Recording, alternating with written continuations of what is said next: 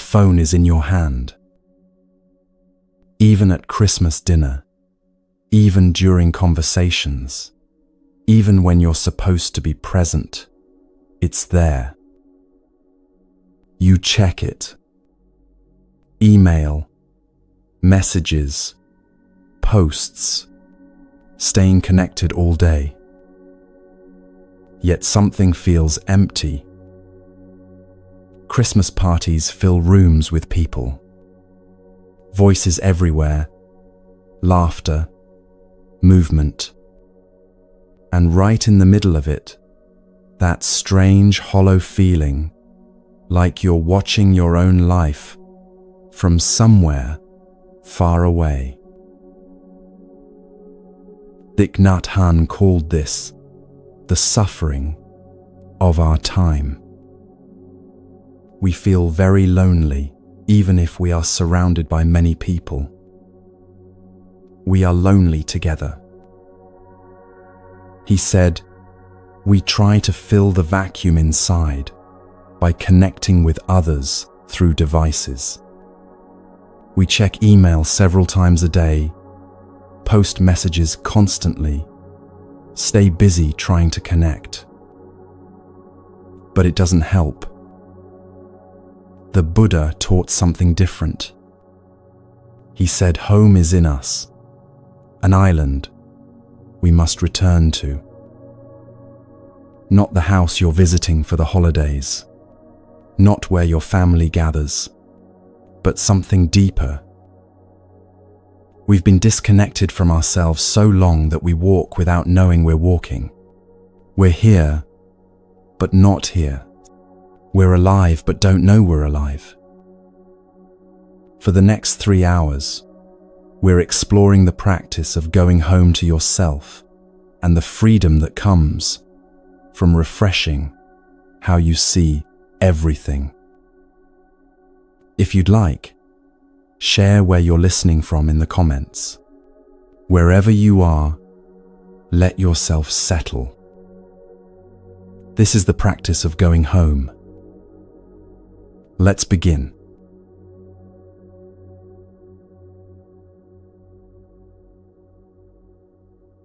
Your body is doing something right now that you weren't aware of until this moment. Your heart is beating.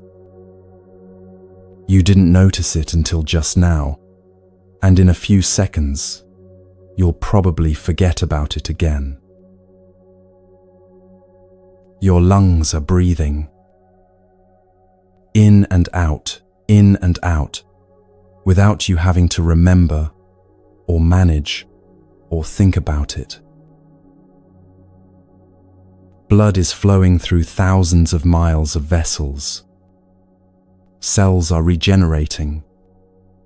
Your nervous system is processing information from everything around you. All of this happening right now, and a moment ago you had no awareness of any of it. This is what it means to be gone from home. Not that anything is wrong. Not that you're doing something incorrectly. But that you can be alive, fully, physically alive, and completely unaware of that aliveness. You can walk without knowing you're walking. You can breathe without knowing you're breathing. You can be here without actually being here at all. Most people spend most of their time this way. The body does its work, keeping you alive, carrying you through the day, responding to the world around you, while the mind is somewhere else, entirely. Planning what comes next, reviewing what already happened, thinking about conversations you need to have, problems you need to solve, things you need to remember. The body is here. The mind is elsewhere. and the gap between them grows so wide you forget there's supposed to be a connection at all.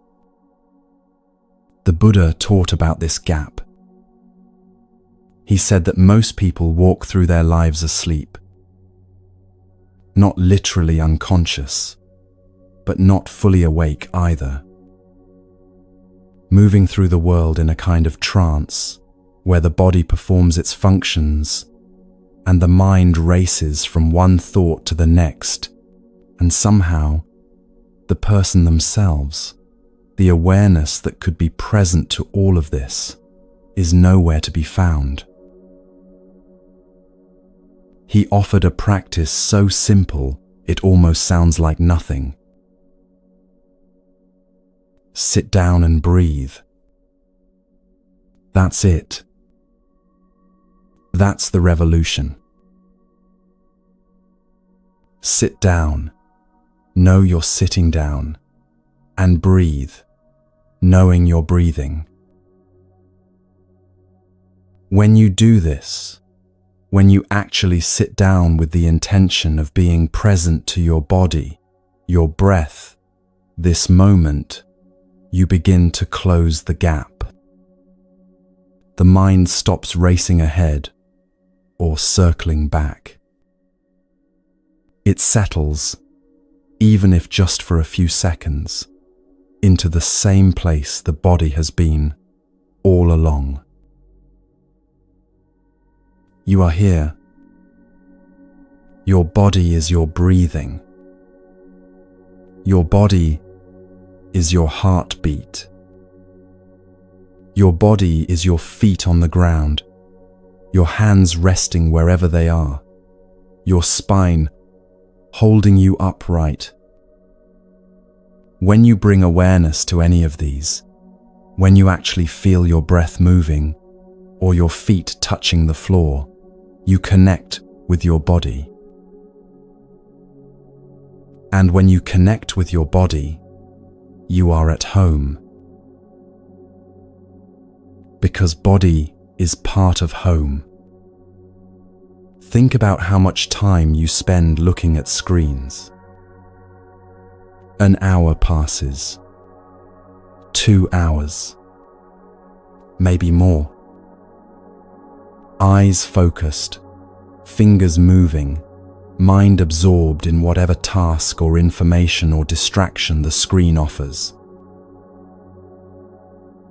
During that time, where is your awareness?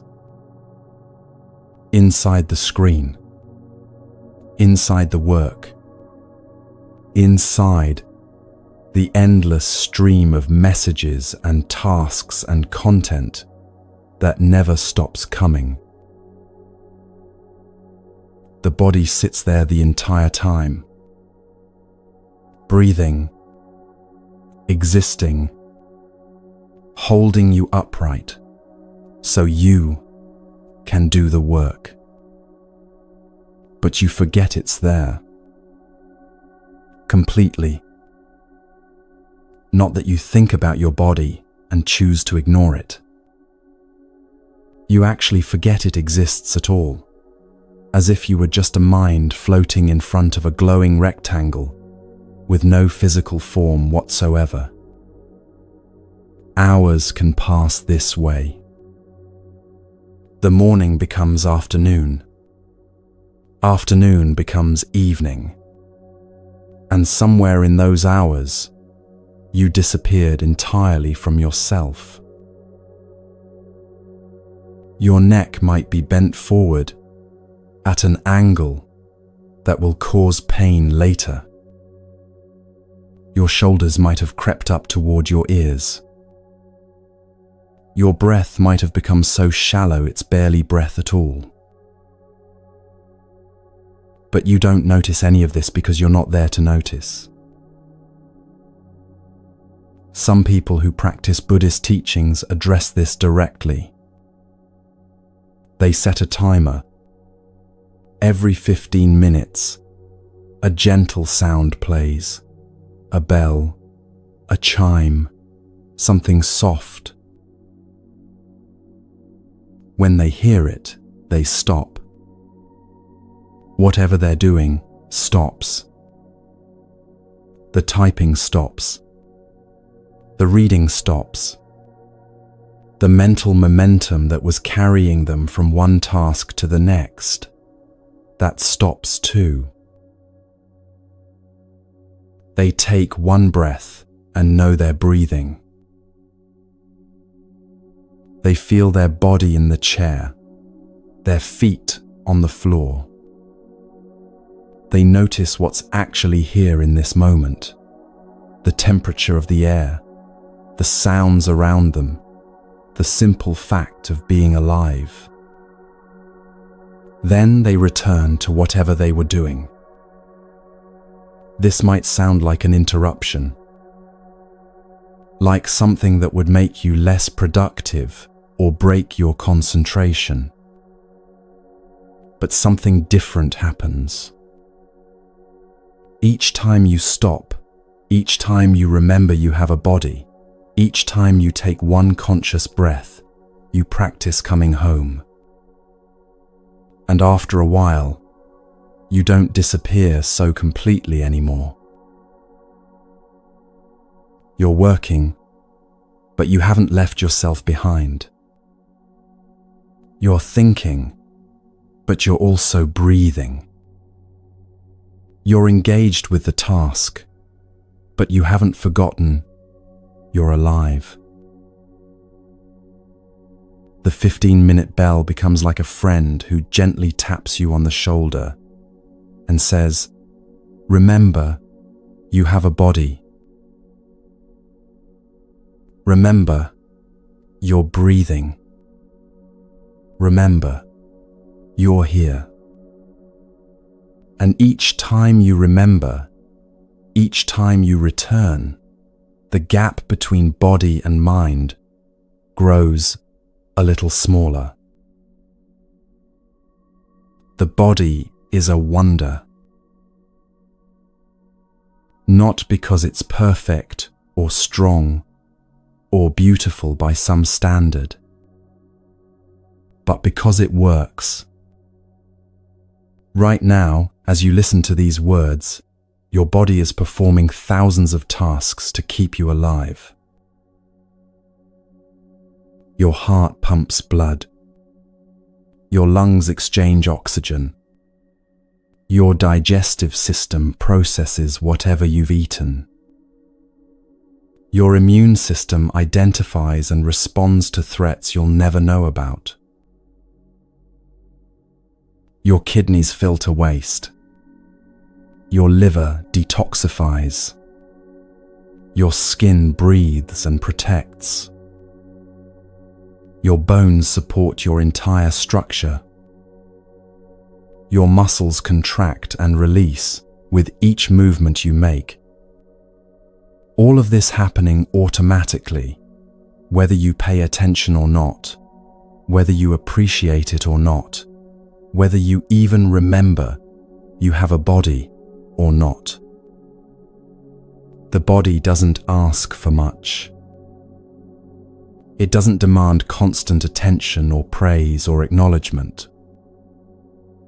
It just keeps working, keeps breathing, keeps you alive. And all it needs in return is that occasionally, not constantly, not even frequently, just occasionally, you remember it exists. That you notice the breath moving in and out. That you feel your feet on the ground. That you acknowledge, even for just a moment, that you are alive, and this body is what makes that possible. The practice of coming home to your body isn't complicated. You don't need special training, or perfect conditions, or a quiet monastery on a mountain somewhere. You just need to feel your feet. Right now, wherever you are, you can feel your feet. If you're sitting, you can feel where your body meets the chair. If you're lying down, you can feel the surface beneath you. If you're walking, you can feel each foot touching the ground with each step. This isn't mystical. This isn't transcendent. This is just feeling what's actually here. But when you do it, when you actually feel your feet or actually notice your breath, something shifts. You're here. Not gone. Not lost in thought or planning or worry. Here. Present to your own life as it's actually happening, instead of thinking about it from somewhere far away. The Buddha talked about walking from one place to another, from a parking lot to an office, from your car to a store, from one room to another in your own house. For most people, this walk is just transit time. The body moves, the legs carry you forward, but the mind is already at the destination. Already thinking about what you'll do when you get there, already planning the next conversation, already rehearsing the next task. You might walk past trees without seeing them, past sky without noticing whether it's clear or cloudy, past other people without really registering they're there, because you're not there either. Your body is walking, but you, the awareness that could be present to this walk, to this moment, to this aliveness, you're somewhere else, entirely. The Buddha asked a simple question about this. Why do you continue to think, to worry, to suffer, when every step could bring you home? Every step. Not just special steps during meditation or when you're trying to be mindful. Every step you take, anywhere, anytime. Walking to the bathroom, walking to the kitchen, walking from your car to wherever you're going, walking across a room to answer the phone. Each step is an opportunity to be here, to feel the foot touching the ground, to know you're walking, to be present to your own life as it's actually happening, instead of lost in the endless stream of thoughts about what might happen, or what already happened, or what should happen differently. When you walk and know you're walking, when you actually feel each step, you recover yourself. You're not losing yourself anymore, not disappearing into thought, not gone from your own life. You're here, walking, breathing, alive. This practice doesn't require you to change anything about your life. You still walk from the parking lot to the office. You still sit at your computer and do your work. You still have conversations and meetings and tasks that need to be done. The difference is that you're actually present for your life instead of missing it entirely while you're busy thinking about it. The way out is in. This phrase sounds like a paradox, but it's completely literal. When you want to escape from stress, from overwhelm, from the feeling that life is just too much, the instinct is to go somewhere else. To distract yourself, to disconnect, to numb out, to get away from whatever you're feeling. But escape doesn't work. Because wherever you go, you take yourself with you. The thoughts follow. The feelings follow. The stress doesn't disappear just because you've changed locations or found a new distraction.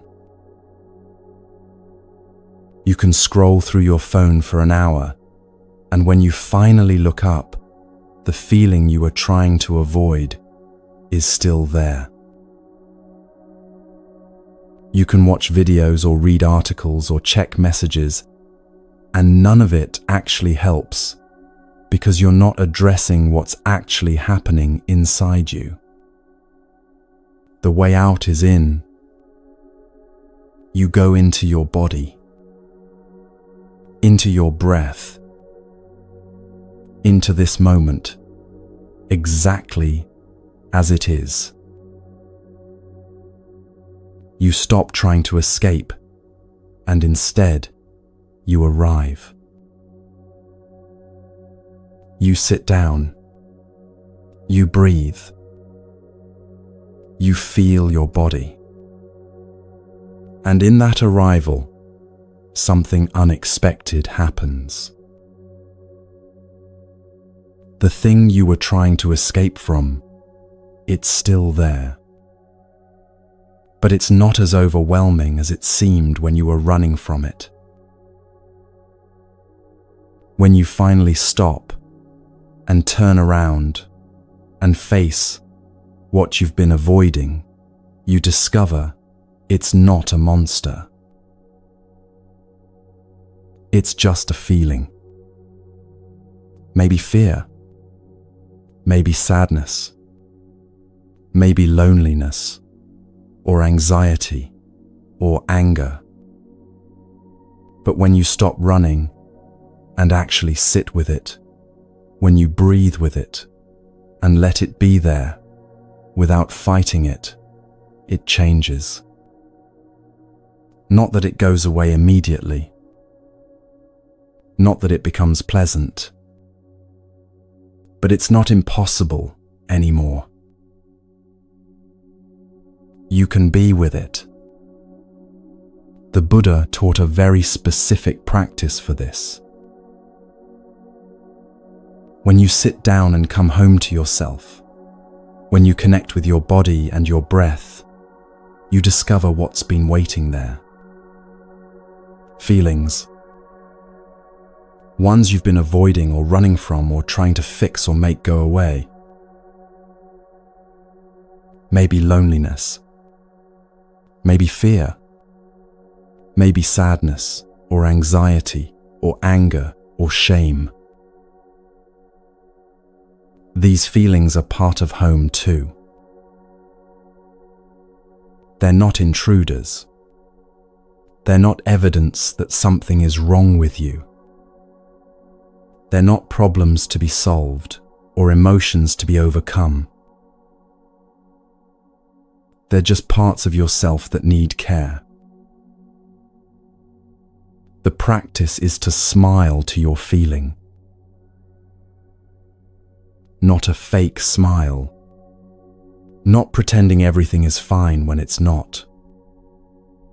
But a smile of recognition, of acknowledgement, of saying, I see you, I know you're there. You say to your loneliness, my dear loneliness, I know you are there. I'm home to take care of you. My dear loneliness. Not my terrible loneliness, or this loneliness I shouldn't have, or This feeling that proves something is wrong with me. My dear loneliness. Like you would speak to a child who's been alone too long, waiting for someone to come home. You make peace with your loneliness.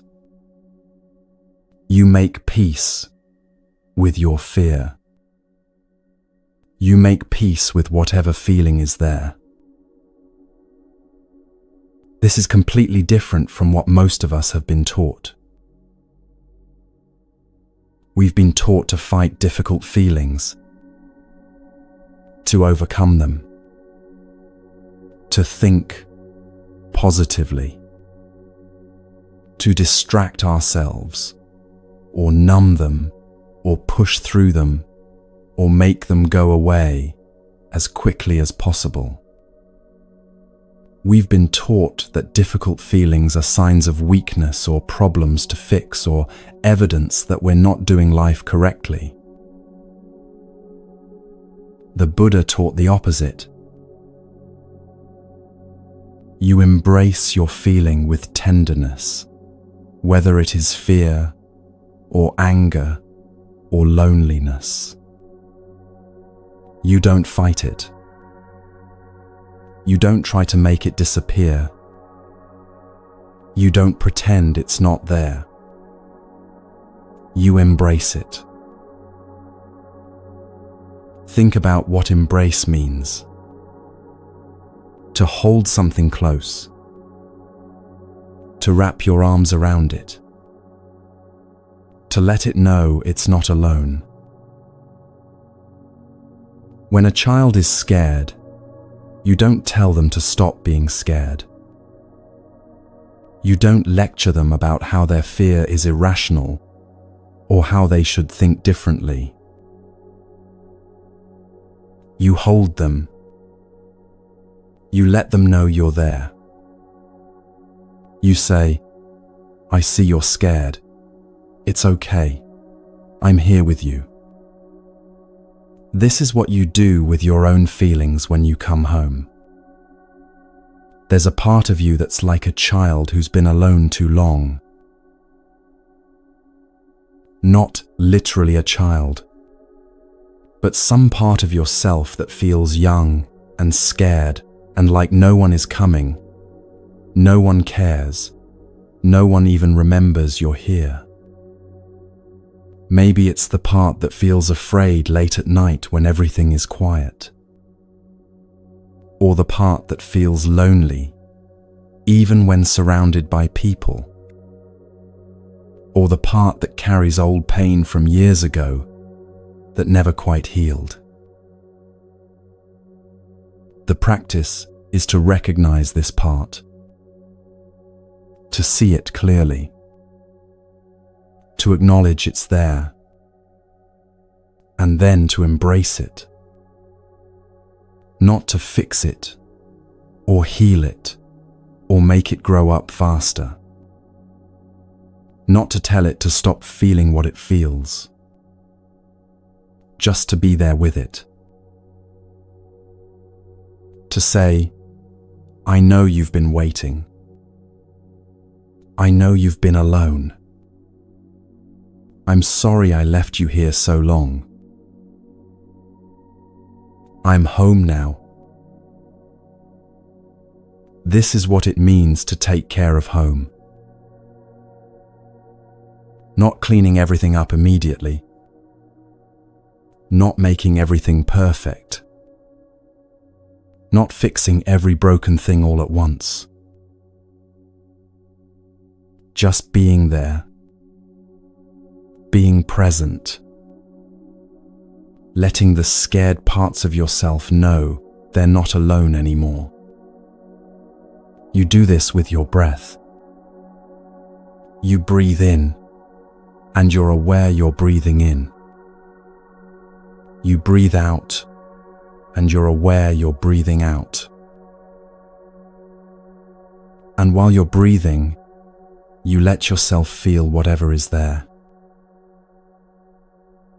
The loneliness, the fear, the sadness.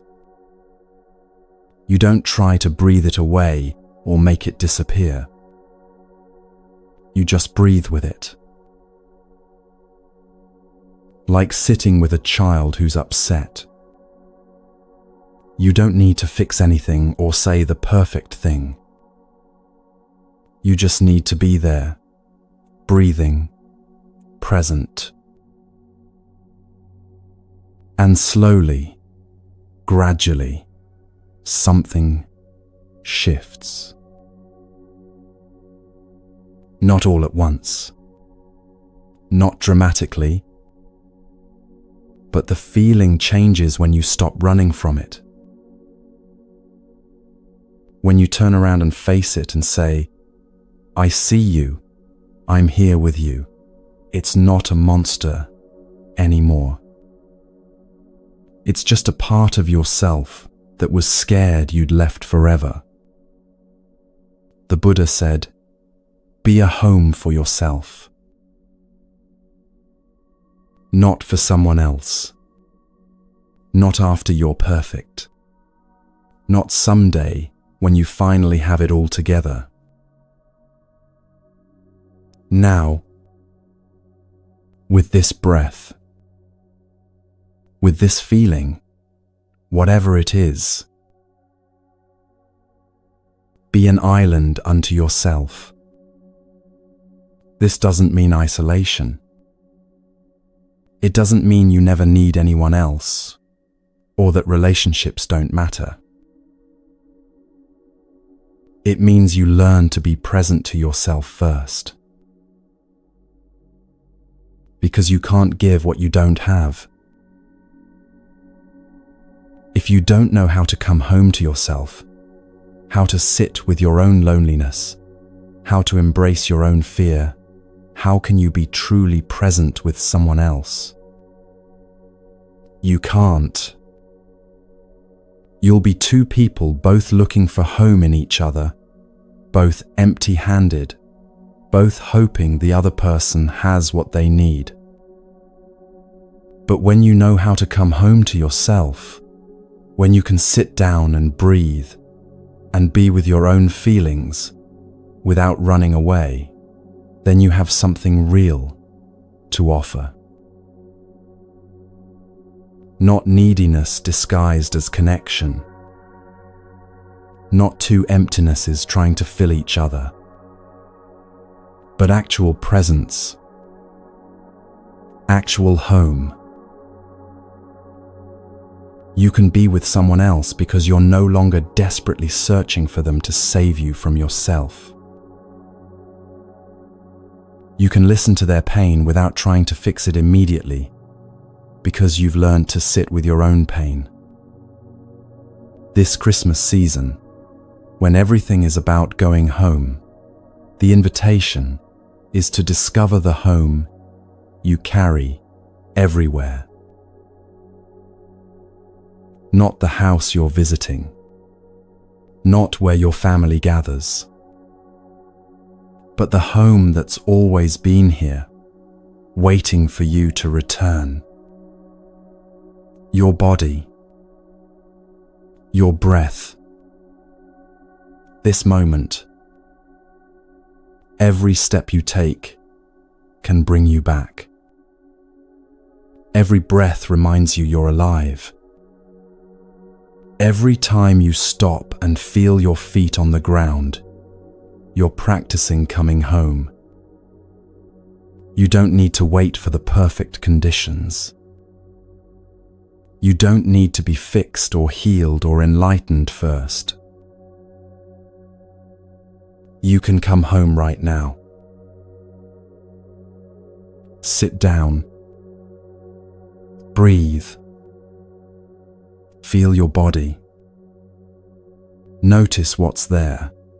Whatever feelings are waiting, whatever thoughts are circling. And instead of running, stay.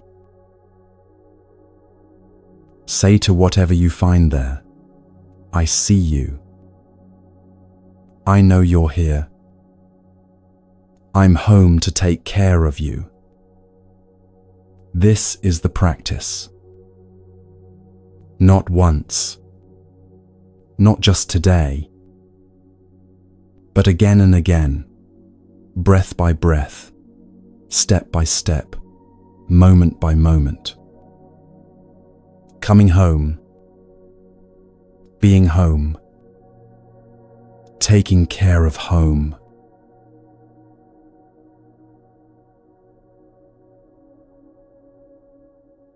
Christmas gatherings have a particular feeling to them.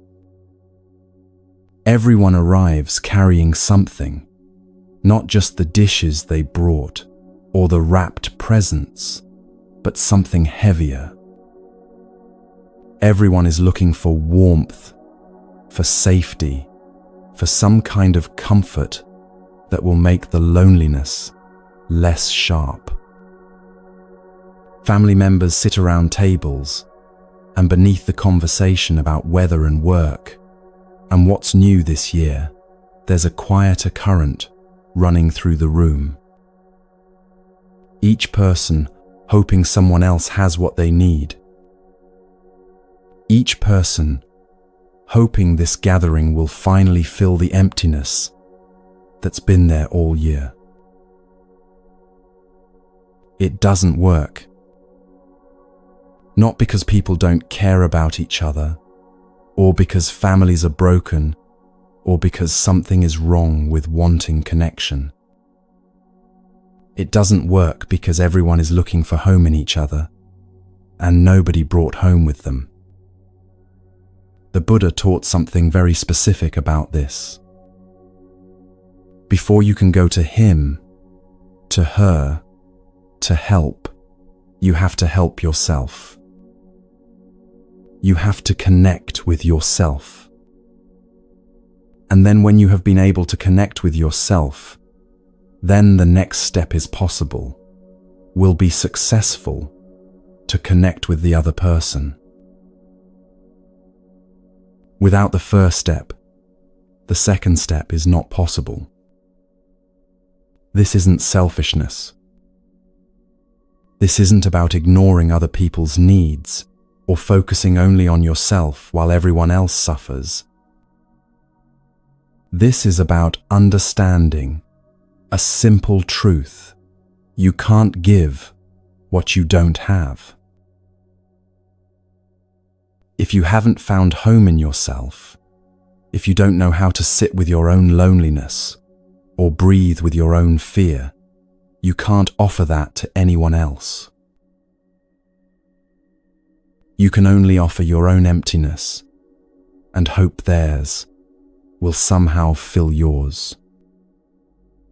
Think about what happens when two people who haven't found home in themselves try to find it in each other. She is lonely, and he is lonely also. And he is looking for home, for some warmth, some safety. She's looking for the same thing. They come together, hoping the other person will provide what's missing, will somehow make the loneliness disappear, will be the answer to the emptiness that's been there as long as they can remember.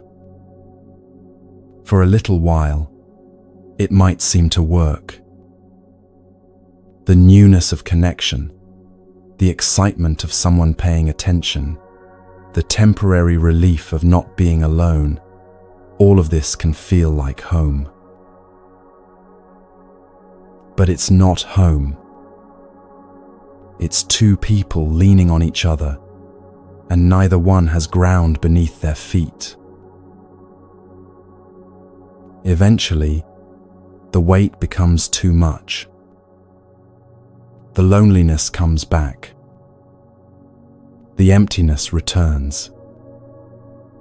And now there's resentment too, because each person feels betrayed, that the other person didn't save them like they were supposed to. This is why relationships fail without inner home.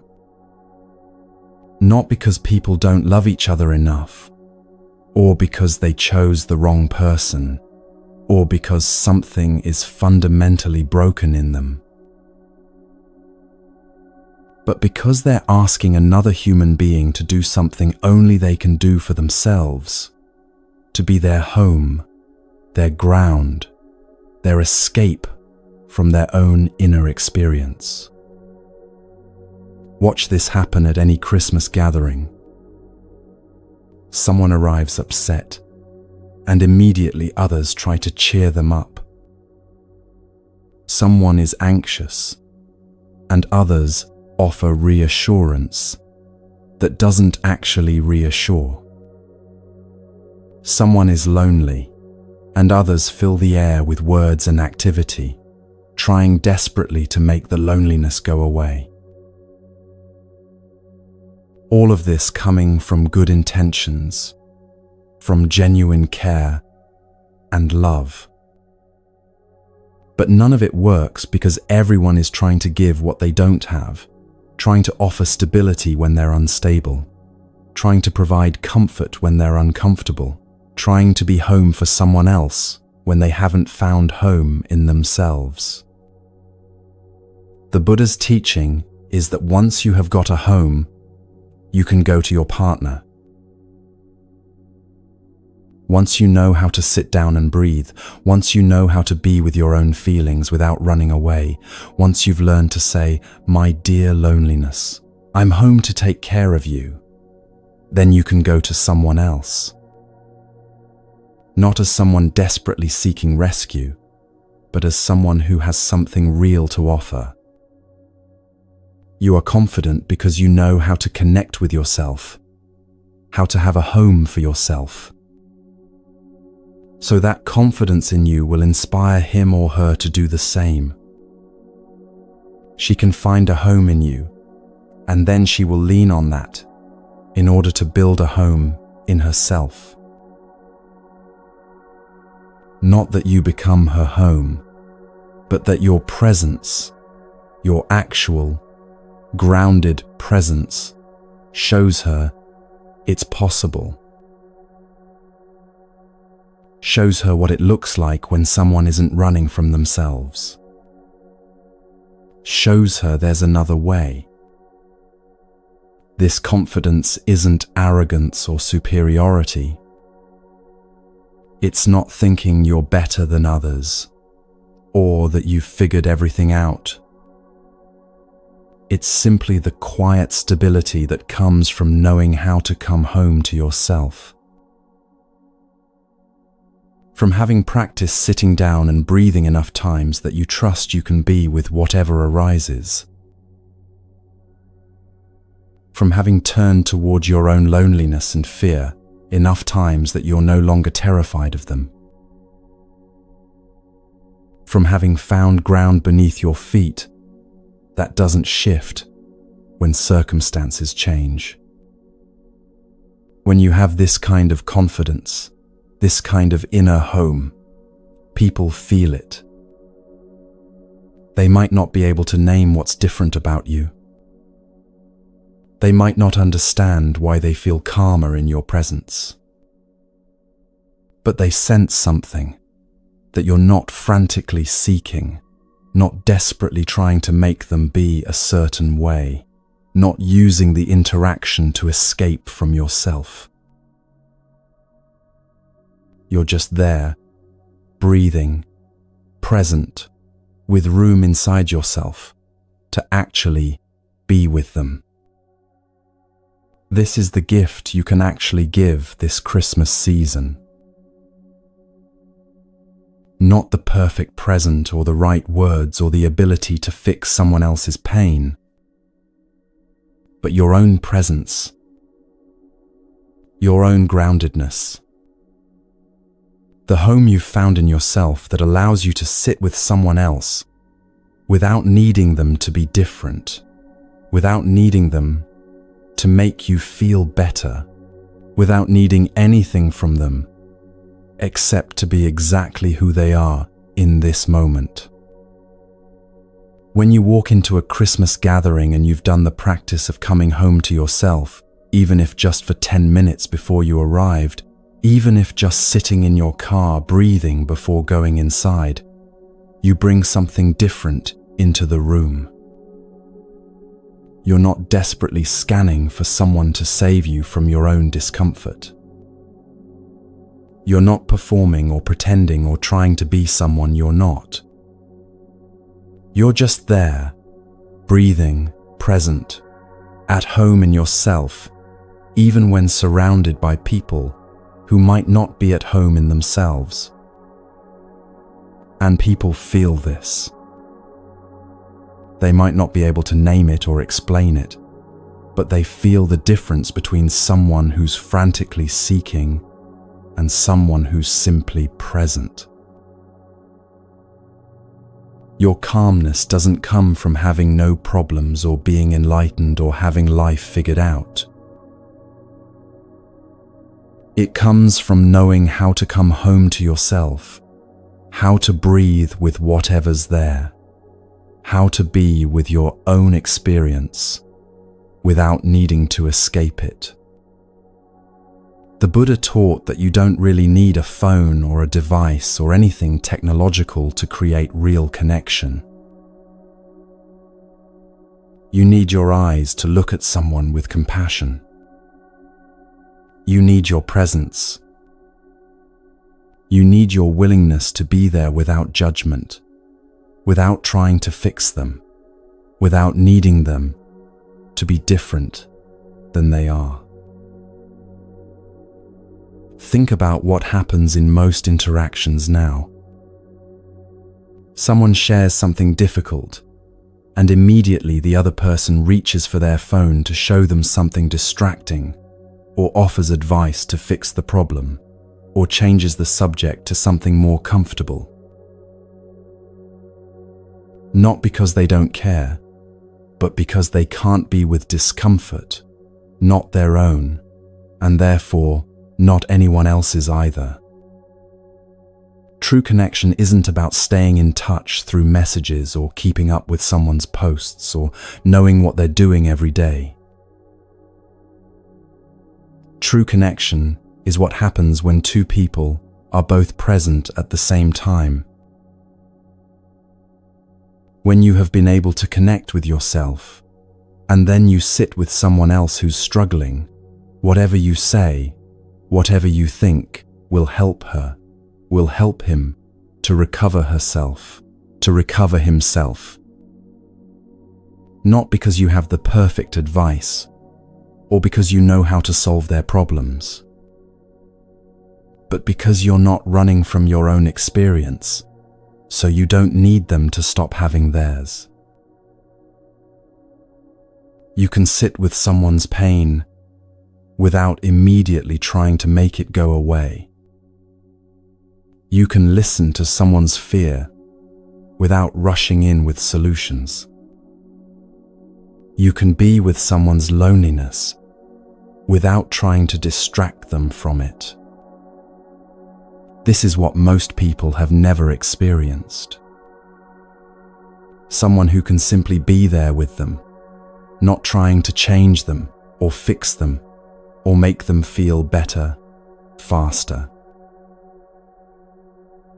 Someone who can look at them with compassion, which doesn't mean pity or feeling sorry for them, but seeing them clearly and staying present anyway.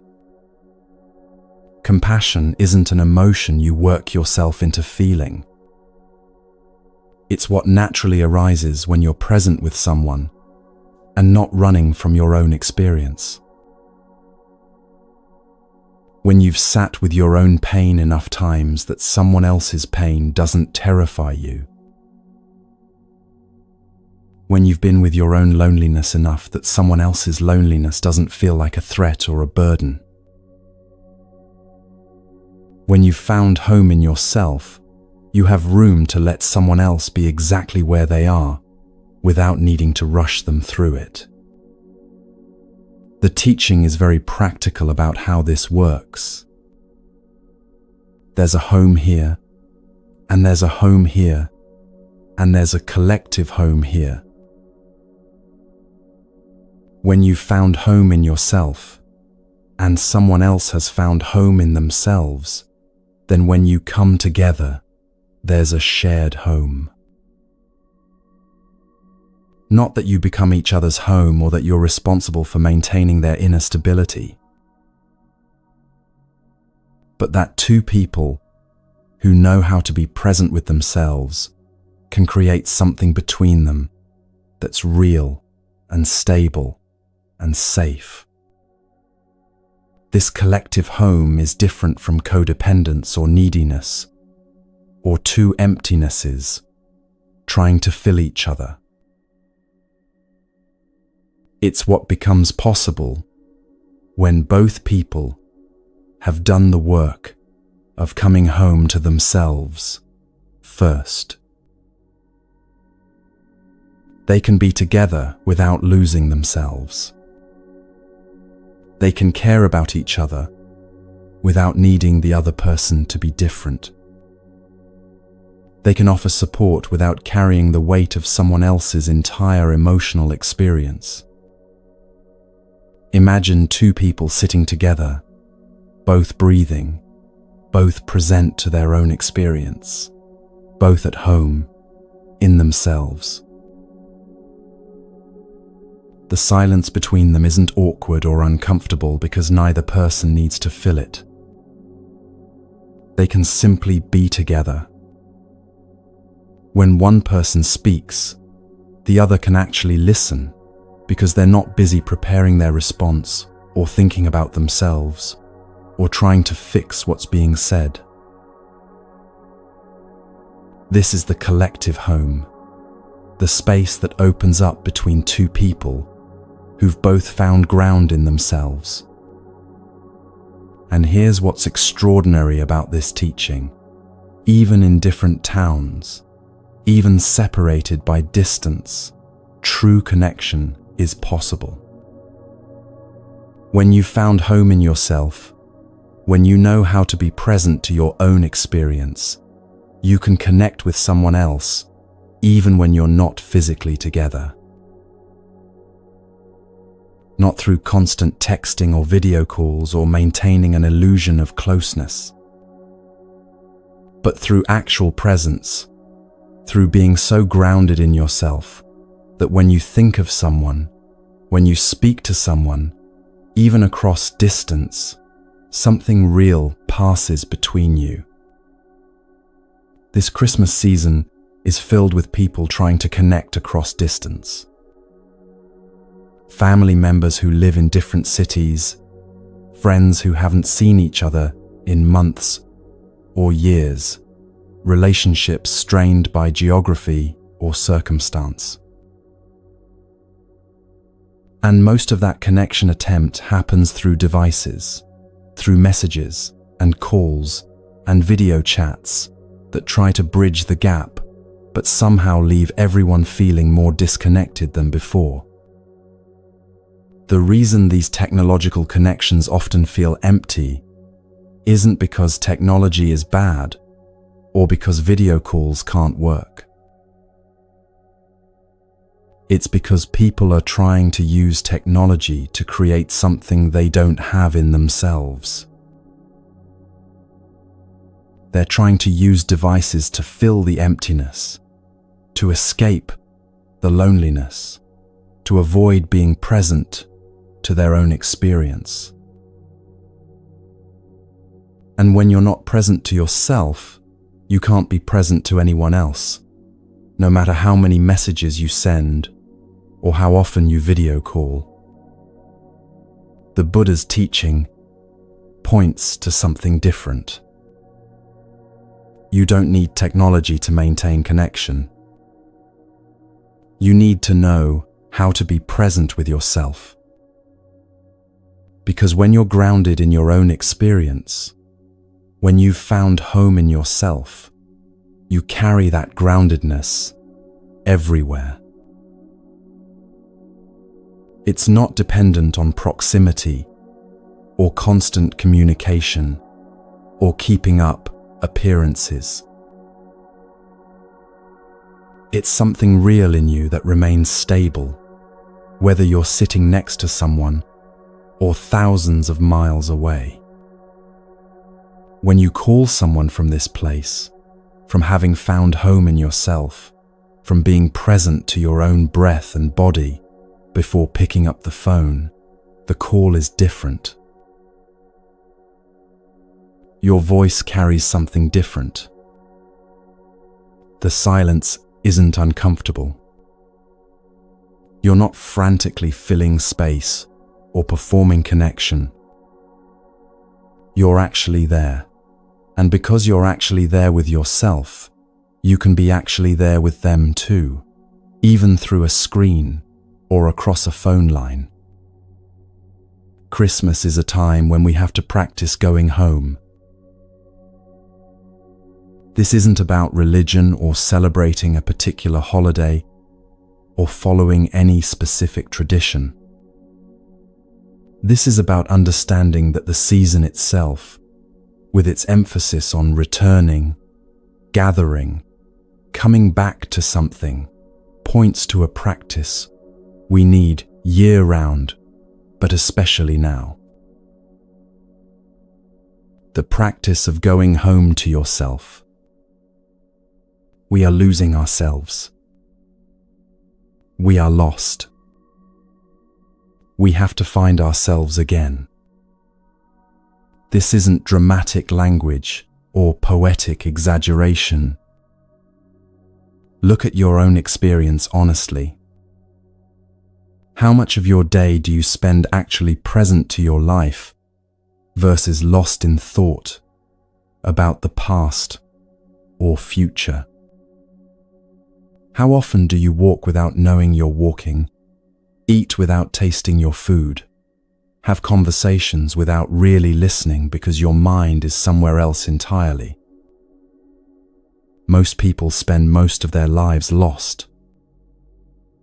Not lost as in not knowing where they are physically, but lost as in not present to their own existence. The body walks through the world, performs tasks, goes through motions, but the person themselves, the awareness that could be present to all of this, is somewhere else. Thinking about yesterday or tomorrow, worrying about what might happen, or regretting what already did. Anywhere except here, now, alive. The Buddha taught that this is the way to heal ourselves and our society. Not through better technology or more efficient systems or new political solutions, though none of those things are inherently bad. But through each person doing the simple, difficult work of coming home to themselves, of sitting down and breathing, of walking and knowing they're walking, of being present to their own life instead of constantly escaping from it. Everything begins with yourself. This is the way prescribed by the Buddha. Not because other people don't matter or because society's problems aren't real, but because you can't help anyone else if you haven't helped yourself first. You can't offer stability to others if you have none yourself. You can't guide someone home if you don't know the way there yourself. Think about this in terms of the Christmas gatherings you'll attend or host. If you walk in disconnected from yourself, if you haven't taken even 5 minutes to sit down and breathe and come home to your own body, then you arrive as someone seeking. Seeking validation, seeking comfort, seeking distraction from your own discomfort. And everyone else is doing the same thing. A room full of people, all seeking something from each other that none of them can actually provide. But if you take time before arriving to practice coming home to yourself, to sit down, to breathe, to feel your feet on the ground, to say hello to whatever feelings are there, then you arrive different. You're not seeking. You're not performing. You're not desperately trying to make the gathering be something it's not. You're just there, present, breathing, with a home inside yourself that nobody can take away and that doesn't depend on how the gathering goes. This changes everything about the gathering. When one person in a room is actually present, actually grounded, actually at home in themselves, it affects everyone. Not in some mystical or magical way, but in the simple fact that presence is contagious. When you're with someone who's genuinely calm, who's not running from themselves, who can sit with discomfort without needing to immediately fix it or escape it, something in you relaxes too. You might notice this with certain people in your life. There are people whose presence makes you feel more scattered, more anxious, more like you need to be someone you're not. And there are people whose presence somehow makes it easier to breathe, easier to be yourself, easier to settle. The difference isn't about personality or charisma. It's about whether that person has found home in themselves or is still desperately seeking it in others. Now we come to one of the Buddha's most profound teachings about refreshing your view. He used the example of a cloud. When you look at the cloud, you see that a cloud cannot die, cannot disappear altogether. A cloud can only become snow or rain. A cloud cannot really die, and a cloud is not born from nothing. The cloud is a continuation of water vapor, of ocean water meeting sun, of processes that were happening long before this particular cloud formed. Most people look at a cloud and think, there it is, now it's gone. They see birth and death. They see something that exists for a while and then ceases to exist. But this is wrong view. This is seeing with ignorance rather than wisdom. The cloud never actually comes into being from nothing, and it never actually disappears into nothing. It changes form. Water vapor becomes visible. Cloud becomes rain, becomes ocean, becomes vapor again. Nothing is born, nothing dies. Only transformation. The Buddha taught that we are like this too. We have the nature of no birth and no death. Not because we live forever in the same form, but because we were never born from nothing, and we will never die into nothing. Everything that makes up what we call me existed before in different forms and will exist after in different forms. The body is made of elements from the earth, from food, from air and water.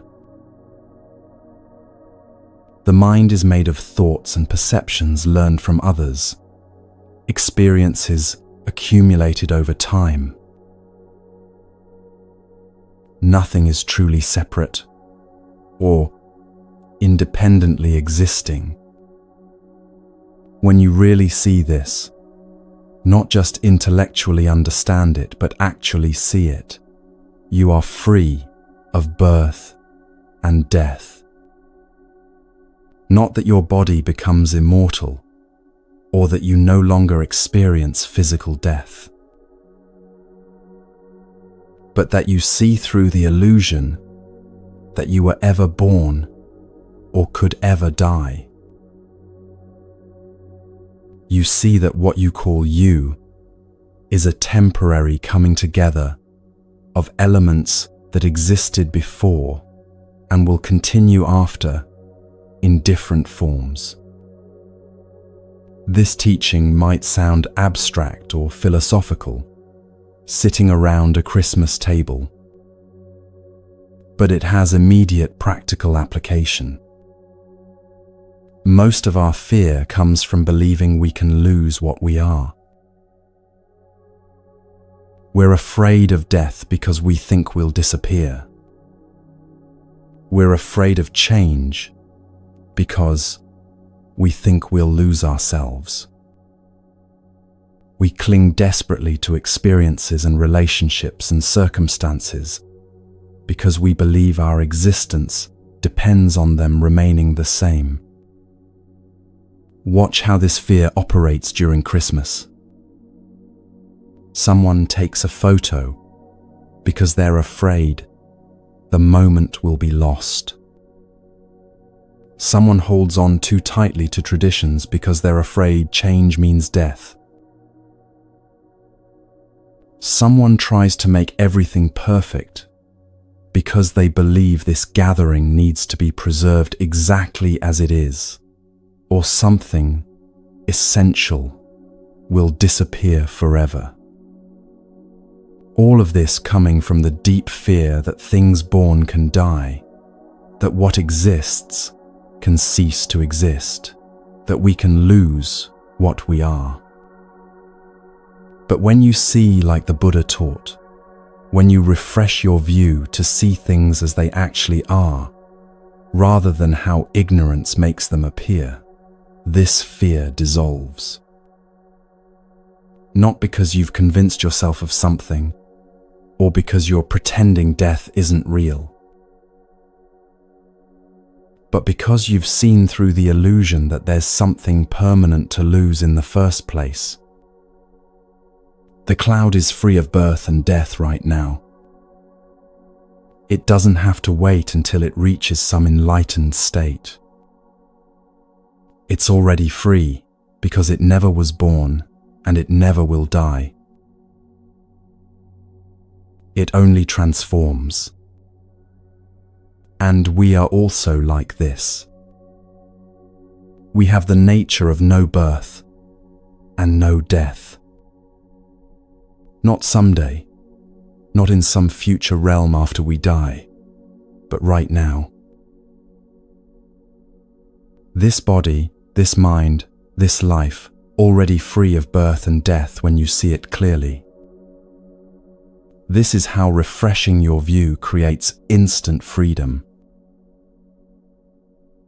You don't have to change anything about your circumstances. You don't have to wait for your life to be different, or for your problems to be solved, or for you to become a better person. You just have to see clearly what's already true. And what's true is that nothing is born, nothing dies. Everything is transformation. Everything is continuation.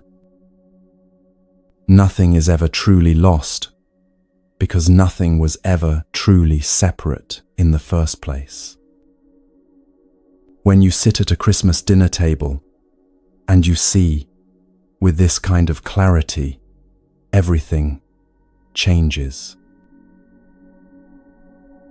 You're not desperately trying to hold on to moments or make experiences last longer or capture the perfect memory. You're present to what's actually happening, knowing it's part of a vast unfolding that existed before you got here and will continue after you leave. You can enjoy the gathering without clinging to it. You can love people without needing them to stay the same forever. You can be fully present because you're not trying to grasp something that's inherently ungraspable. The grandfather telling stories at the table, you see him not as someone who will die and disappear, but as water in a particular form, already part of transformation. The child laughing, you see her not as needing to be preserved in this moment forever, but as continuation happening, cloud becoming rain. The meal itself, you see it not as something to desperately hold on to, but as earth becoming food, becoming body, becoming earth again, nothing lost, everything transforming. This is what it means to be free. Not free from life, or free from relationships, or free from responsibility, but free from the suffering that comes from misunderstanding what life actually is. Free from the fear that comes from thinking you're a separate, permanent self that could be destroyed. Free from the desperate clinging that comes from thinking you can lose what you are. The Buddha taught this as a gift you can give, not just to others, but to yourself. The gift of seeing clearly. The gift of understanding that you have the nature of no birth and no death. The gift of knowing that the cloud cannot die, and neither can you. Not because your body won't change or because physical death won't happen, but because what you really are was never born and can never be destroyed. When you come home to yourself this way, when you sit down and breathe and see with clear eyes that you are like the cloud, transformation happening, continuation unfolding, never truly born and never truly dying, then you have something real to offer the people around you. You have freedom to give. Not freedom as an idea or concept, but freedom as an actual lived reality. The freedom to be present without fear. The freedom to love without clinging. The freedom to live without constantly running from death. This Christmas season, the invitation is to practice this refreshing of view. To look at your life, your relationships, your very existence the way the Buddha taught, not as something fragile and temporary that you have to desperately protect, but as something that's part of a vast, ongoing transformation that can't ultimately be lost because it was never ultimately separate. Look at your own hand right now. The cells that make it up are constantly dying and being replaced. The atoms that compose it came from the earth, from food, from air. The bones grew from nutrients passed through your mother's body before you were born. The skin is shedding and renewing every moment. What you call my hand is already transformation happening. Already continuation. Already demonstrating the teaching of no birth and no death. When you see this clearly, really see it, not just think about it. You're free. Free to be present with people without needing them to complete you. Free to love without the desperate edge of knowing it will end. Free to live fully because you're not constantly trying to protect yourself from something that was never really a threat in the first place. This is the collective home that becomes possible when people practice this way. Not a home built on illusions or neediness, or two people clinging to each other against the terror of existence. But a home built on clear seeing. A home where both people understand they are like clouds, temporary forms that water takes, never really born, never really dying, always part of something larger that continues. From this home, you can actually help others. Not by trying to save them or fix them or make their pain go away, but by being so grounded in your own seeing, so clear in your own understanding, so present in your own freedom that it shows them what's possible. Your presence becomes an invitation. Your freedom becomes a doorway.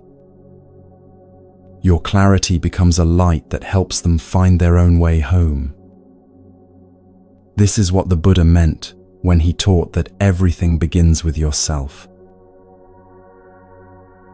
Not because you're the most important person, or because other people don't matter, but because clarity spreads from clarity, presence calls forth presence, and freedom invites freedom. When you've found home in yourself through seeing clearly, through refreshing your view to see things as they actually are, rather than how fear and ignorance make them appear, then you naturally help others find their way home too. The gift you can actually give this Christmas is your own presence, your own groundedness, your own freedom from the illusion of birth and death.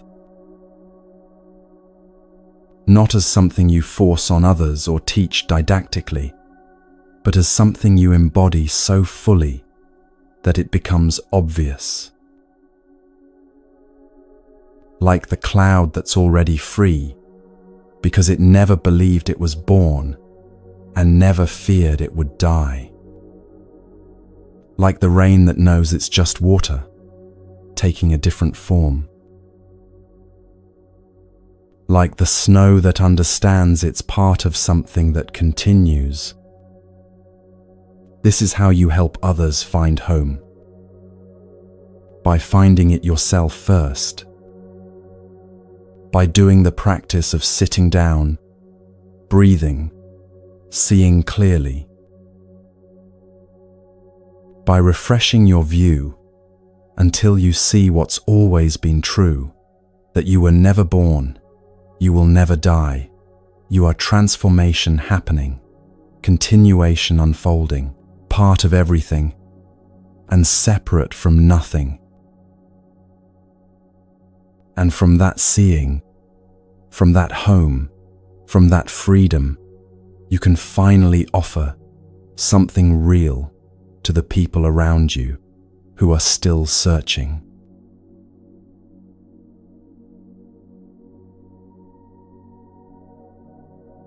There's a word the Buddha used that most people have never heard. Formation. It's a technical term, a Buddhist term, to designate everything. Like a flower, a marker, a book, a person, a tree. Everything is a formation. The Buddha didn't say things. He didn't say, objects or entities or stuff. He said, formations. And this one word, this choice to call everything formations instead of things, reveals something profound about how reality actually works. A formation is something that has been formed, something that's come together, something composite, made of parts, an agglomeration of many elements gathering in one place for a while. Nothing exists on its own. Everything has to lean on other things in order to be formed. Look at the table in front of you, or the chair you're sitting in, or any solid object nearby. It seems permanent, separate, independently existing, just sitting there being itself, needing nothing else to be what it is. But this is wrong seeing. This is what happens when you look at reality without insight. The table isn't separate. It's a formation, made of wood that came from a tree that grew in soil that was enriched by decomposing matter that was once other plants and animals. The tree needed rain that came from clouds that formed over an ocean. It needed sun that's been burning for billions of years. It needed the logger who cut it down, the truck that transported it, the carpenter who shaped it, the person who bought it and brought it into this room. The table leans on all of this to exist. Remove any one of these elements, and there's no table. No sun means no tree. No tree means no wood. No carpenter means no table. The table isn't a separate, independent thing. It's a temporary gathering of countless elements that have come together and will eventually separate again. This is true of everything. The flower in the vase is a formation of soil, water, sun, seed, gardener, vase, the person who placed it there. The book on the shelf is a formation of trees, ideas, writer, printer, ink, distributor, reader. Your body is a formation of food you've eaten, air you've breathed, water you've drunk, DNA from parents, bacteria in your gut, experiences that shaped your nervous system. Nothing stands alone. Everything is leaning on everything else. The reason the Buddha chose the word formation instead of thing is subtle but crucial. When you call something a thing, you imply it has independent existence, that it just is what it is, separate from everything else, solid, permanent, with its own inherent nature. But when you call something a formation, you immediately acknowledge that it's composed of other elements, that it depends on conditions, that it's temporary, that it will eventually dissolve back into its components. Language shapes how we see reality. The words we use create the concepts we think with. When we habitually call everything things, my thing, your thing, that thing over there, we reinforce the illusion of separation and independence. We train ourselves to see the world as made up of discrete, separate objects, rather than as a vast web of interconnected processes. The Buddha taught that there are two ways of seeing formations. Most people see with the first way, which he called ordinary view or wrong view. Those who do not have insight, regular people, ordinary people, people who haven't practiced seeing clearly, they see formations as having their own nature, as solid, as permanent, as self, as essences. They look at the table and see table. They look at themselves and see self. They look at others and see separate people. They see things as having their own independent existence, as being able to exist without anything else, as having some core essence that makes them what they are. This is how most of us see most of the time. We see things as separate, as permanent, as independently existing. We walk through a room and see separate objects: chair, table, lamp, book, cup, each one appearing to exist independently, each one seeming solid and permanent. We interact with people and see separate individuals: him, her, them, me, each person appearing to be an independent entity, separate from all other entities, with their own inherent nature that makes them who they are. We look at our own experience and see a solid, permanent self, I, me, mine, that persists through time, that has its own independent existence, that stands apart from everything else, as the subject experiencing all objects. But all of this is illusion, not hallucination, not that nothing exists, but illusion in the sense that we're seeing incorrectly. We're seeing formations and mistaking them for things. We're seeing processes and mistaking them for entities.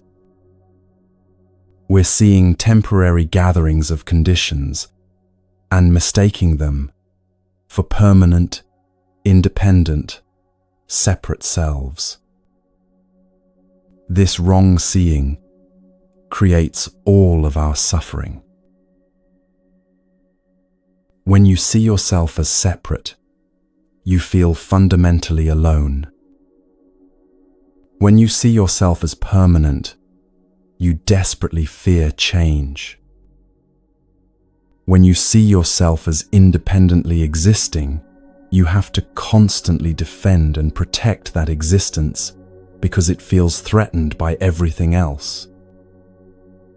Think about how much energy you spend trying to protect your sense of self, making sure others see you correctly, defending yourself when criticized, proving your worth, your competence, your lovability, trying to control how you're perceived, worrying about what others think.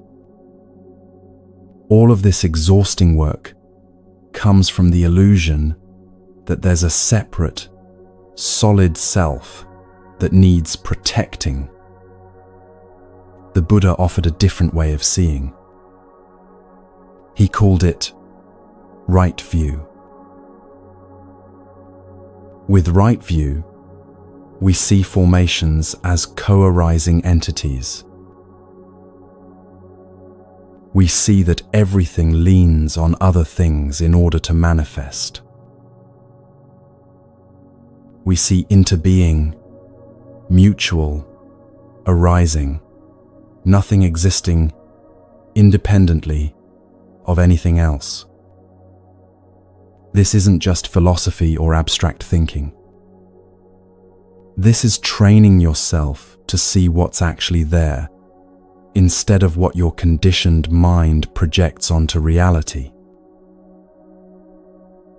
And you can practice this seeing with anything, anywhere, anytime. Think about a Christmas tree standing in your home right now, or one you've seen recently.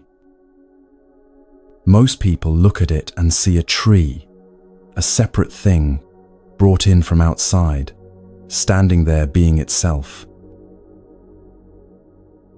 But when you look with right view, you see something completely different. You see rain that fell on forests, maybe hundreds of miles from here, soaking into soil. You see sun that shone through branches, driving photosynthesis, creating the sugars that built this trunk, these needles. You see soil enriched over decades by decomposing leaves, dead insects, fungi, breaking down organic matter into nutrients the tree could absorb. You see the seed that started this tree, perhaps 20 or 30 years ago, and the parent tree that produced that seed, and the generations of trees before that, all the way back through evolutionary time to the first plants that colonized land. You see the forest ecosystem where this tree grew, surrounded by other trees, its roots intertwined with theirs, connected through underground fungal networks that scientists have only recently discovered, sharing nutrients, communicating chemically when pests attack, functioning more like a single organism than separate individuals. You see the logger who cut this tree down, and that person's entire life, their parents who raised them, the food they ate that gave them strength to swing an axe or operate a saw, the teachers who taught them their trade, the economic forces that led them to this work. You see the truck that transported this tree to market, and the factory that built that truck, and the miners who extracted iron ore to make steel for the truck, and the ancient supernovas that created that iron through stellar fusion billions of years ago. You see the market where this tree was sold, and all the people who made that market possible, the organizers, the workers, the customers whose purchases keep the market running.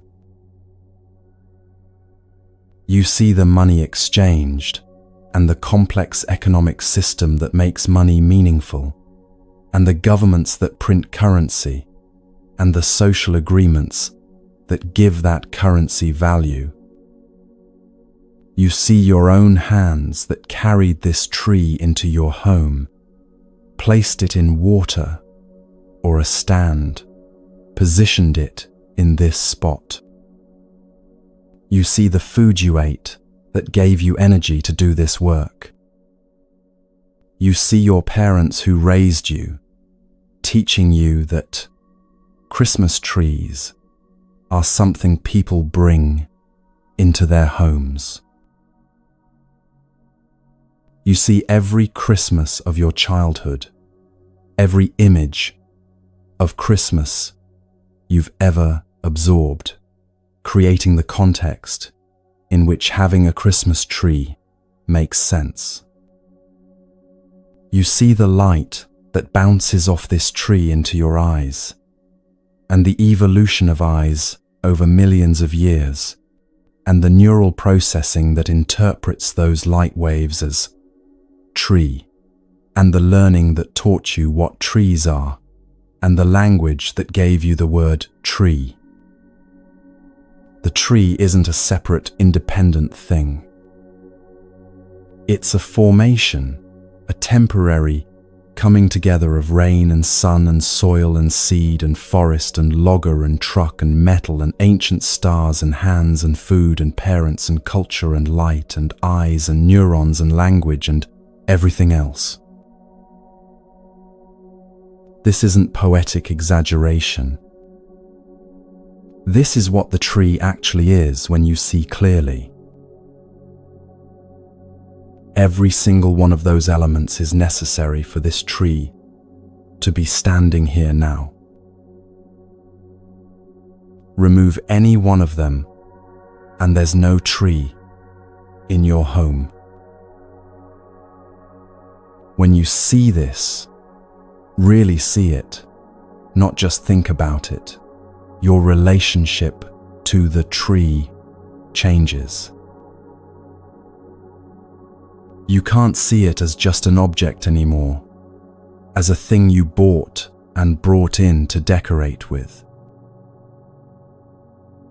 You see it as a manifestation of the entire universe, as a point where countless conditions have gathered temporarily, as a formation that contains everything. And what's true of the tree is true of everything else. The food on your Christmas table is a formation of sun and rain and soil and farmers and trucks and cooks and ancient evolutionary processes that created edible plants and everything else. The gifts you give are formations of resources extracted from Earth, workers who manufactured them, delivery systems that brought them, economic systems that made exchange possible, cultural meanings that make gift-giving significant. Your own body sitting at that table is a formation of all the food you've ever eaten, all the air you've ever breathed, all the water you've drunk, the DNA passed through generations, the bacteria in your gut, without which you couldn't digest anything, the experiences that shaped your nervous system, the relationships that formed your personality. Where does you begin and not you end? Where's the boundary between the food you ate yesterday and your body today? Between the air you just breathed in and the oxygen now in your bloodstream?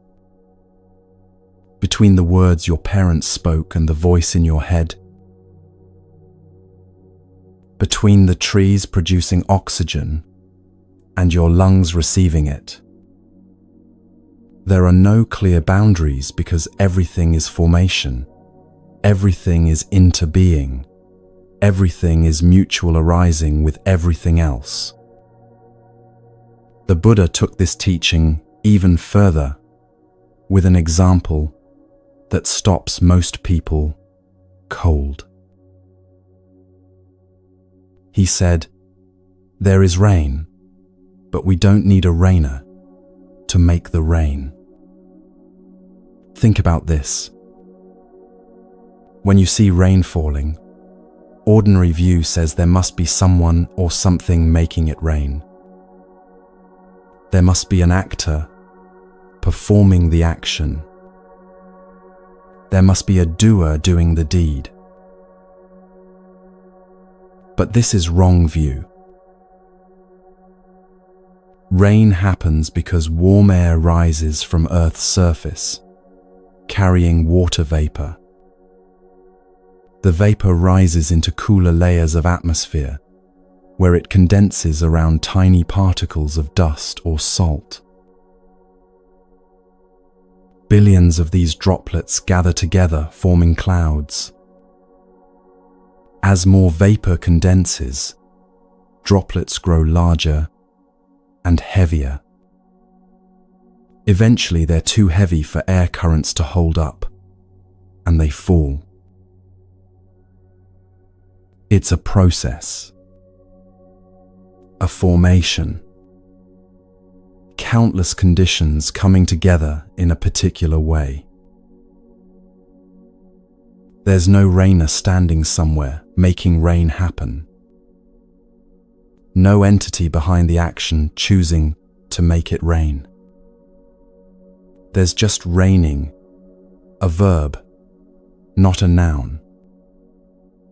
Raining happening when conditions come together this way. This understanding dissolves one of the deepest illusions we carry. The illusion of a separate doer behind every action.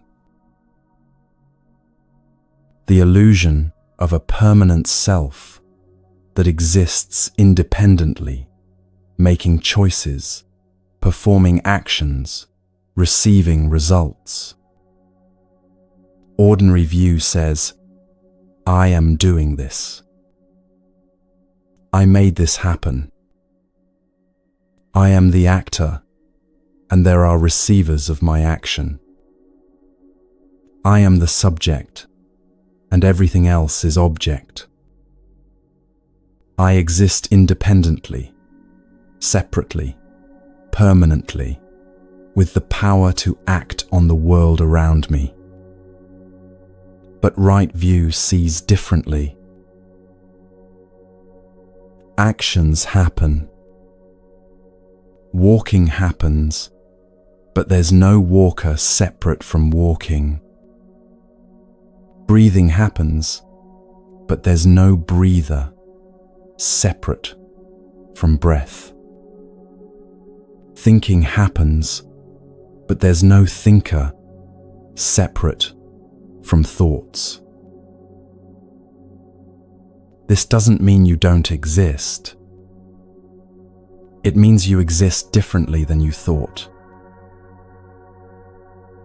You exist as a formation, a temporary coming together of elements, a process unfolding, a verb rather than a noun. You exist as interbeing, as mutual arising with everything else, not as a separate, independent, permanent entity. The Buddha taught no self. Not that there's nobody here, but that what's here isn't what you think it is. What you call I is a formation of body, feelings, perceptions, mental formations, and consciousness, all of which are themselves formations, none of which exist independently, all of which are constantly changing. Where is the self in this? If everything that makes up you is a temporary gathering of elements that are themselves temporary gatherings of elements, if everything is constantly changing, if nothing exists independently, then where is the permanent, solid, separate self you think you are? It's not there. It never was there. What's there is a process happening. Formation forming. Life living. But no separate, independent entity doing the living. This understanding brings freedom.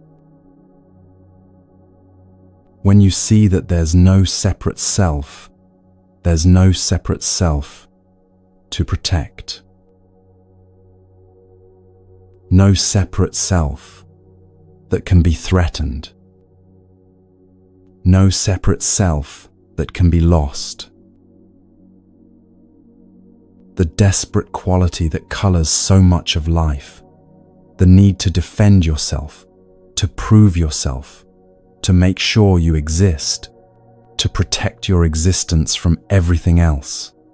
All of this dissolves when you see there's no separate self to defend in the first place. This also transforms how we understand karma. Ordinary view says, I did this action, and I will receive the result. There's a doer and a receiver, cause and effect, action and consequence, all revolving around a separate self that acts and receives. But right view sees karma without a karma maker. Actions happen, results follow, but there's no separate self performing the action or receiving the result. It's more like when conditions come together in this way, this result arises. When conditions come together differently, different results arise.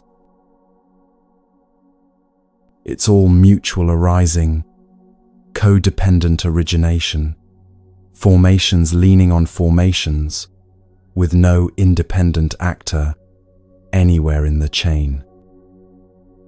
This might sound abstract, but it has immediate practical application in your life right now. When something difficult happens, when you're hurt or disappointed, or things don't go as planned, ordinary view says, someone did this to you. There's an actor who performed the action, and you're the receiver of that action. This creates blame, anger, victimhood, the story of separate selves acting on each other. But when you see with right view, you see formations interacting. This person's anger, which is itself a formation of their past experiences, current stress, misunderstandings, chemical processes in their brain, and countless other conditions, met your sensitivity, which is itself a formation of your history, expectations, current state, and countless other conditions, and hurt happened. Not because someone independent decided to hurt someone else independent, but because conditions came together and this result arose. This doesn't mean actions don't matter or that there's no responsibility. It means seeing clearly what's actually happening rather than living in the illusion of separate, independent selves acting on each other.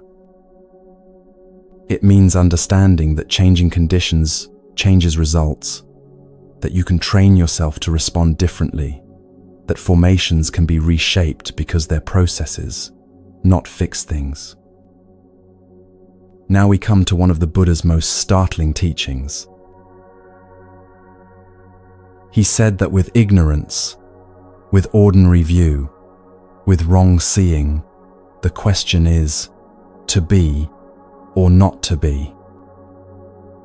Over here with ignorance, to be or not to be is the question.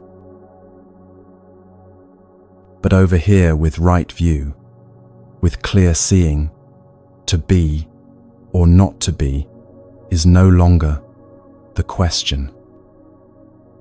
Shakespeare thought he was asking the deepest question possible. To be or not to be.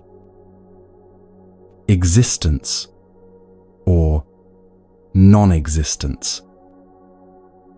Being or nothingness. This is the question that haunts human consciousness, that drives so much of our fear and clinging and desperation. But the Buddha said Shakespeare was trapped in wrong view. He was caught in the illusion that things either exist as separate, independent entities, or they don't exist at all. He saw two options, being or non-being. But both options are based on the same wrong view, that things could exist independently as separate entities, as permanent essences. Right view transcends this entire framework.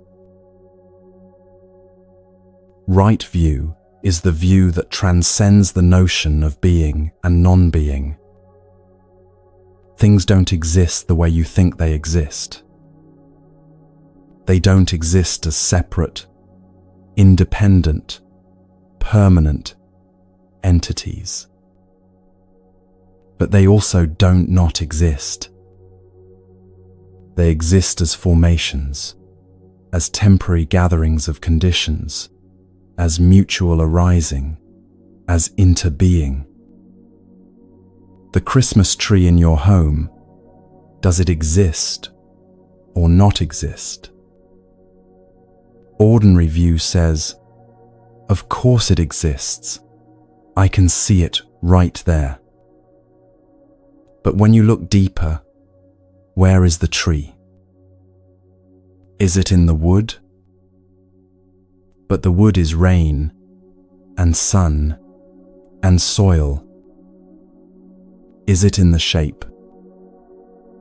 But the shape was given by the logger's saw and your hands arranging it.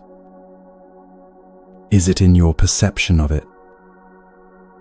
But your perception depends on light and eyes and neural processing and past experience with trees. The tree doesn't exist as an independent thing. But it also doesn't not exist. You can touch it, smell it, see it. It exists as a formation, as interbeing, as a verb rather than a noun, as treeing happening, not as tree being. When you see this clearly, the question, to be or not to be, becomes meaningless. Things don't be. They form. They arise depending on conditions. They exist as mutual arising with everything else, not as independent entities. This understanding frees you from the terror that haunted Shakespeare. The terror of non-being. The terror that you might cease to exist, that death will erase you, that you could become nothing. When you see clearly that you never existed as a separate, independent, permanent entity in the first place, there's nothing to cease existing. You exist as formation, as a temporary gathering of conditions that came together and will eventually separate. The conditions that make up what you call you will separate and reform into other formations. Nothing is lost because nothing was ever separate to begin with. You're like the cloud that becomes rain. The cloud doesn't die when it becomes rain. It transforms. The water that was cloud becomes water that is rain, becomes water that is ocean, becomes water that is vapor, becomes water that is cloud again. Nothing is born, nothing dies. Only transformation. You don't have to wait until death to be free of the fear of death. You can see right now that what you think of as your life and your death are both illusions based on wrong view. You were never born. The conditions that make up you existed before in other forms. You will never die. Those conditions will exist after, in other forms. Birth and death are concepts we apply to formations, but formations themselves are always transformation, always continuation, never beginning or ending in the way we imagine. This is the freedom that comes from refreshing your view, from seeing formations as they actually are, rather than how ignorance makes them appear. This Christmas, sitting with family, eating food, exchanging gifts, you can practice this seeing. Look at the food on your plate. Don't just see food. See the formation. See the sun that grew the plants or fed the animals. See the rain that watered fields.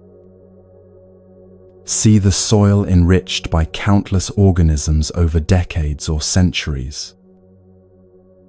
See the farmers who planted and tended and harvested. See the workers who processed and packaged. See the trucks that transported. See the stores that sold. See the cook who prepared this meal. See how everything leans on everything else, how nothing exists independently, how it's all one vast, interconnected web of mutual arising. Look at the person sitting across from you. Don't just see a separate individual. See the formation. See their parents who raised them and the food that built their body cell by cell over years. See the experiences that shaped their mind, the teachers who taught them, the friends who influenced them, the books they read, the conversations they had. See the air they're breathing right now, becoming part of them with each breath. See the light reflecting off them into your eyes, making their presence visible to you. See how you and they are not two separate things, but two aspects of one interconnected reality, both formations, both temporary gatherings of conditions, both processes unfolding, both verbs rather than nouns. When you see this way, something profound happens in how you relate to everything. You can't harm another without harming yourself, because there is no separate self and separate other. There's only mutual arising, interbeing, formations, depending on formations. When you hurt someone, you're hurting the web you're part of, which means you're hurting yourself. Not because of some mystical karmic law, but because you and they are aspects of one interconnected reality. You can't grasp and hold anything because there's nothing solid to grasp. Everything is transformation happening. Everything is already in process of becoming something else. The moment you try to freeze and hold is already gone, already becoming the next moment. You can appreciate, you can be present, you can love, but you can't freeze moments or make formations permanent, because formations by their nature are temporary gatherings that will separate. You're not alone, not separate, not isolated in an indifferent universe. your interbeing with everything, your mutual arising with the whole cosmos. Every breath connects you to trees across the world, producing oxygen. Every bite of food connects you to sun and rain and soil, and countless workers. Every thought connects you to every teacher and parent, and experience that shaped your mind, and to the evolutionary history that created minds capable of thought. You're not a separate thing trying to exist in a world of other separate things. You're an aspect of the whole, temporarily manifesting in this form, part of the vast transformation that is reality. This is what the Buddha meant by formations and why he chose that word instead of things. Things implies permanence, separation, independent existence. Formations implies process, interbeing, mutual arising, temporary gathering, and eventual separation and regathering in new forms. This is what right view sees that ordinary view misses. Not that nothing exists, but that things exist differently than ignorance makes them appear. They exist as formations, as verbs happening, as processes unfolding, as temporary dances of conditions that came together and will separate and come together again in new configurations. This is the freedom beyond being and non-being. Not that you exist as a separate entity, and not that you don't exist at all, but that you exist as interbeing, as formation, as part of everything, never born because you were never separate, never dying, because transformation continues forever. When you refresh your view this way, when you see formations as formations rather than as things, when you see yourself and others and everything as mutual arising rather than as separate, independent entities, you're free. Free from the fear of non-being that haunted Shakespeare. Free from the desperation to prove you exist, to defend your existence, to make yourself solid and permanent. Free from the exhausting work of maintaining the illusion of a separate self. Free from the loneliness that comes from thinking you're isolated and alone. You're here, breathing, part of the vast web of interbeing, a formation among formations, a verb among verbs, transformation, happening, never separate, never alone, never truly born, and never truly dying, already free if you can just see clearly. This is what you're actually looking at when you see with clear eyes. Not things, but formations. Not separate entities, but interbeing. Not being or non-being, but the freedom beyond both.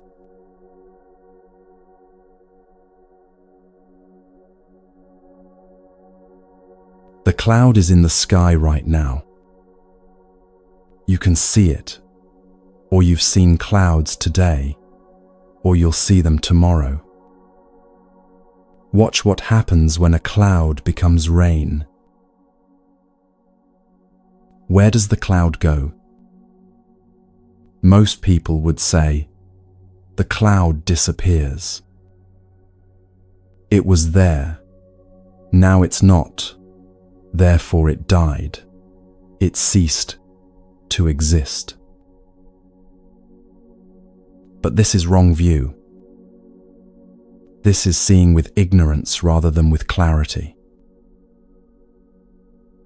The cloud doesn't disappear. The cloud doesn't die.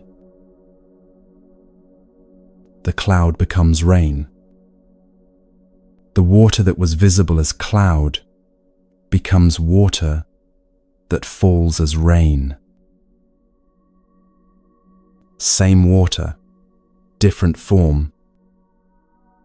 Nothing is lost. Nothing ends. Nothing dies. Only transformation. And where did the cloud come from in the first place? It didn't appear from nothing. The cloud is a continuation of water vapor that rose from the ocean, heated by the sun, lifted into the atmosphere. That water was in the ocean before it was in the sky. Before that, it was rain that fell into the ocean. Before that, it was cloud. Before that, it was vapor rising from lakes and rivers and soil. On and on, back through time, the same water cycling through different forms. The cloud is not born from nothing. The cloud does not die into nothing. The cloud is transformation happening, continuation unfolding, water taking different shapes, but never beginning and never ending. When you see this clearly, you touch the nature of no birth, no death. This isn't mysticism or religious belief. This is observable reality. Science confirms exactly what the Buddha taught 2,500 years ago. The first law of thermodynamics tells us that there is nothing born, nothing died. You cannot create matter. You cannot destroy matter. You cannot create energy. You cannot destroy energy. Matter and energy can change form. Ice becomes water, becomes vapor. Chemical energy becomes kinetic. Energy becomes heat. But the total amount never increases or decreases. Nothing comes from nothing. Nothing becomes nothing. This is the nature of no birth, no death. Not as philosophy or poetry, but as physical law, confirmed by every scientific experiment ever conducted. Chemists know you can't create or destroy atoms in chemical reactions, only rearrange them. Physicists know you can't create or destroy energy, only transform it from one form to another.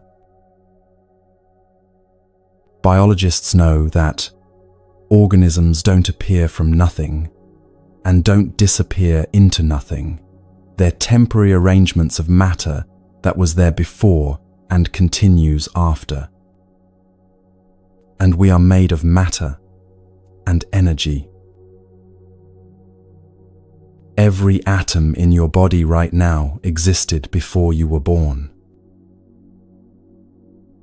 The calcium in your bones was forged in the core of dying stars billions of years ago. The iron in your blood was created when massive stars exploded as supernovas.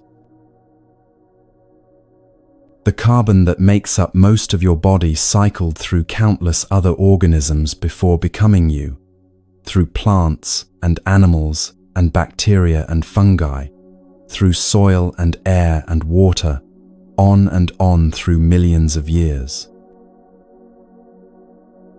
The oxygen you breathe right now was produced by trees and algae yesterday or last week.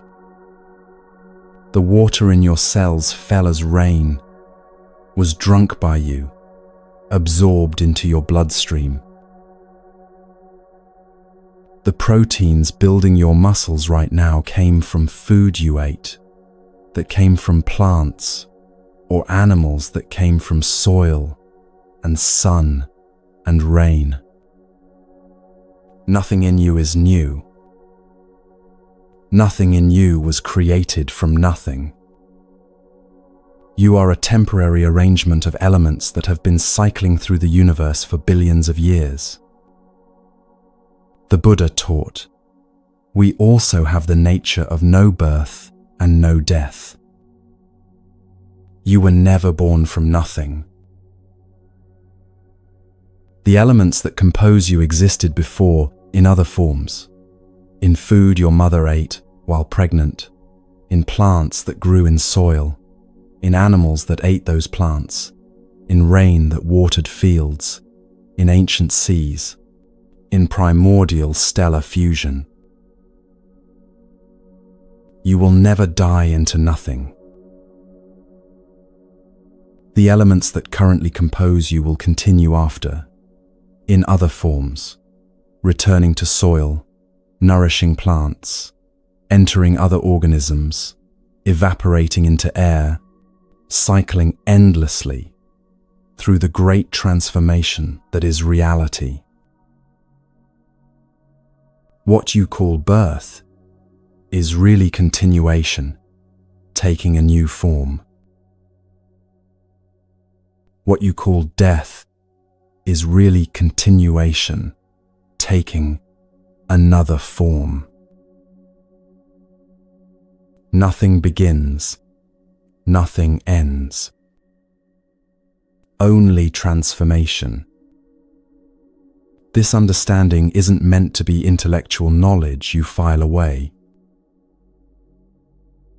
It's meant to free you from the deepest fear humans carry, the fear of ceasing to exist, of becoming nothing, of being erased from reality.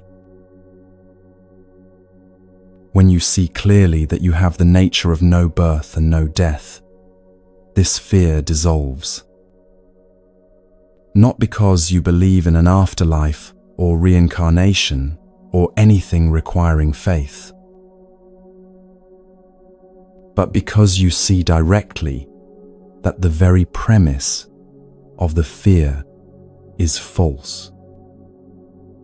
You can't cease to exist because you never existed as a separate, independent entity in the first place.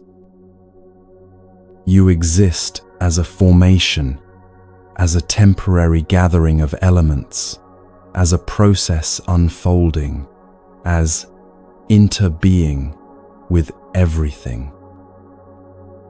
And formations don't die, they transform.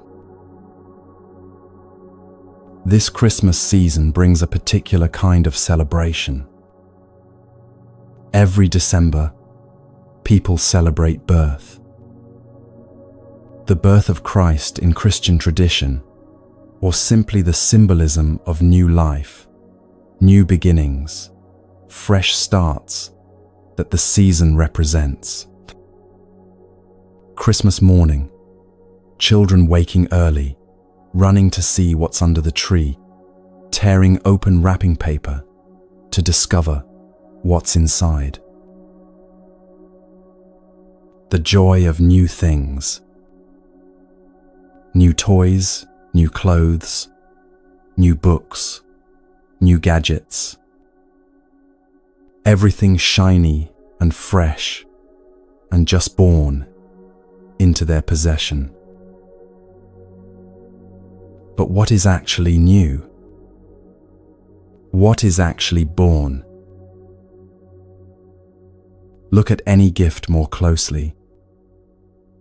That toy was manufactured in a factory from plastic, that came from oil, that formed over millions of years, from ancient organisms that died and were compressed under the earth.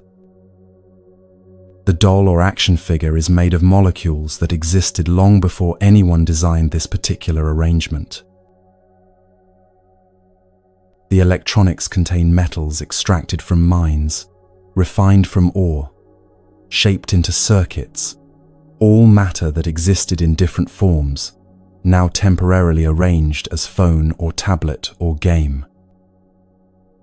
The book is paper from trees, ink from pigments, ideas from the author's mind, but the trees grew from soil, enriched by decomposition. The author's ideas came from everything they read and experienced. The ink's molecules existed in other forms before. Nothing in the book is born from nothing. It's all continuation, all transformation, all matter and energy taking new shapes. Even the wrapping paper that gets torn off and thrown away, it doesn't die. It goes to a landfill or recycling center, where it breaks down into cellulose fibers that become soil or new paper. The matter continues. The molecules persist. Nothing ends. The joy children feel opening presents is real. The newness they experience is genuine. But it's newness of arrangement, not newness of substance. It's new to them, new in this form, but not new in the sense of having been created from nothing. This isn't meant to diminish the joy. Understanding the truth doesn't make Christmas morning less beautiful. It makes it more beautiful because you see what's actually happening, not isolated objects appearing from nowhere, but the entire universe arranging itself in new patterns, the great dance of transformation, expressing itself as wrapped boxes under trees. Think about what birth actually means. When a baby is born, we say, a new person has come into existence. But has anything actually been created from nothing? The baby is made of cells that came from the mother's body, nourished by food she ate, built from nutrients that came from plants and animals that came from soil and sun. The DNA that codes for this baby's body came from parents, grandparents, ancestors, stretching back through evolutionary time. The consciousness that will develop in this baby's brain will be shaped by everything it experiences, every word it hears, every relationship it forms. Nothing is born from nothing. Birth is continuation taking a new form. Birth is the universe arranging itself differently, not something appearing from nowhere. Christmas as symbol of birth points to something true, but not in the way most people think. The birth celebrated isn't the beginning of something from nothing. It's the continuation of what always was, taking a new form, manifesting in a new way. In Christian tradition, Christmas celebrates divinity becoming flesh, the eternal entering time, the infinite taking finite form. This is actually very close to the Buddhist understanding when you see it clearly. Not that something separate called divinity decided to enter something separate called flesh, but that what always was, the nature of reality, the Buddha nature, the ground of being, manifests in this form, becomes visible in this way, expresses itself through this life.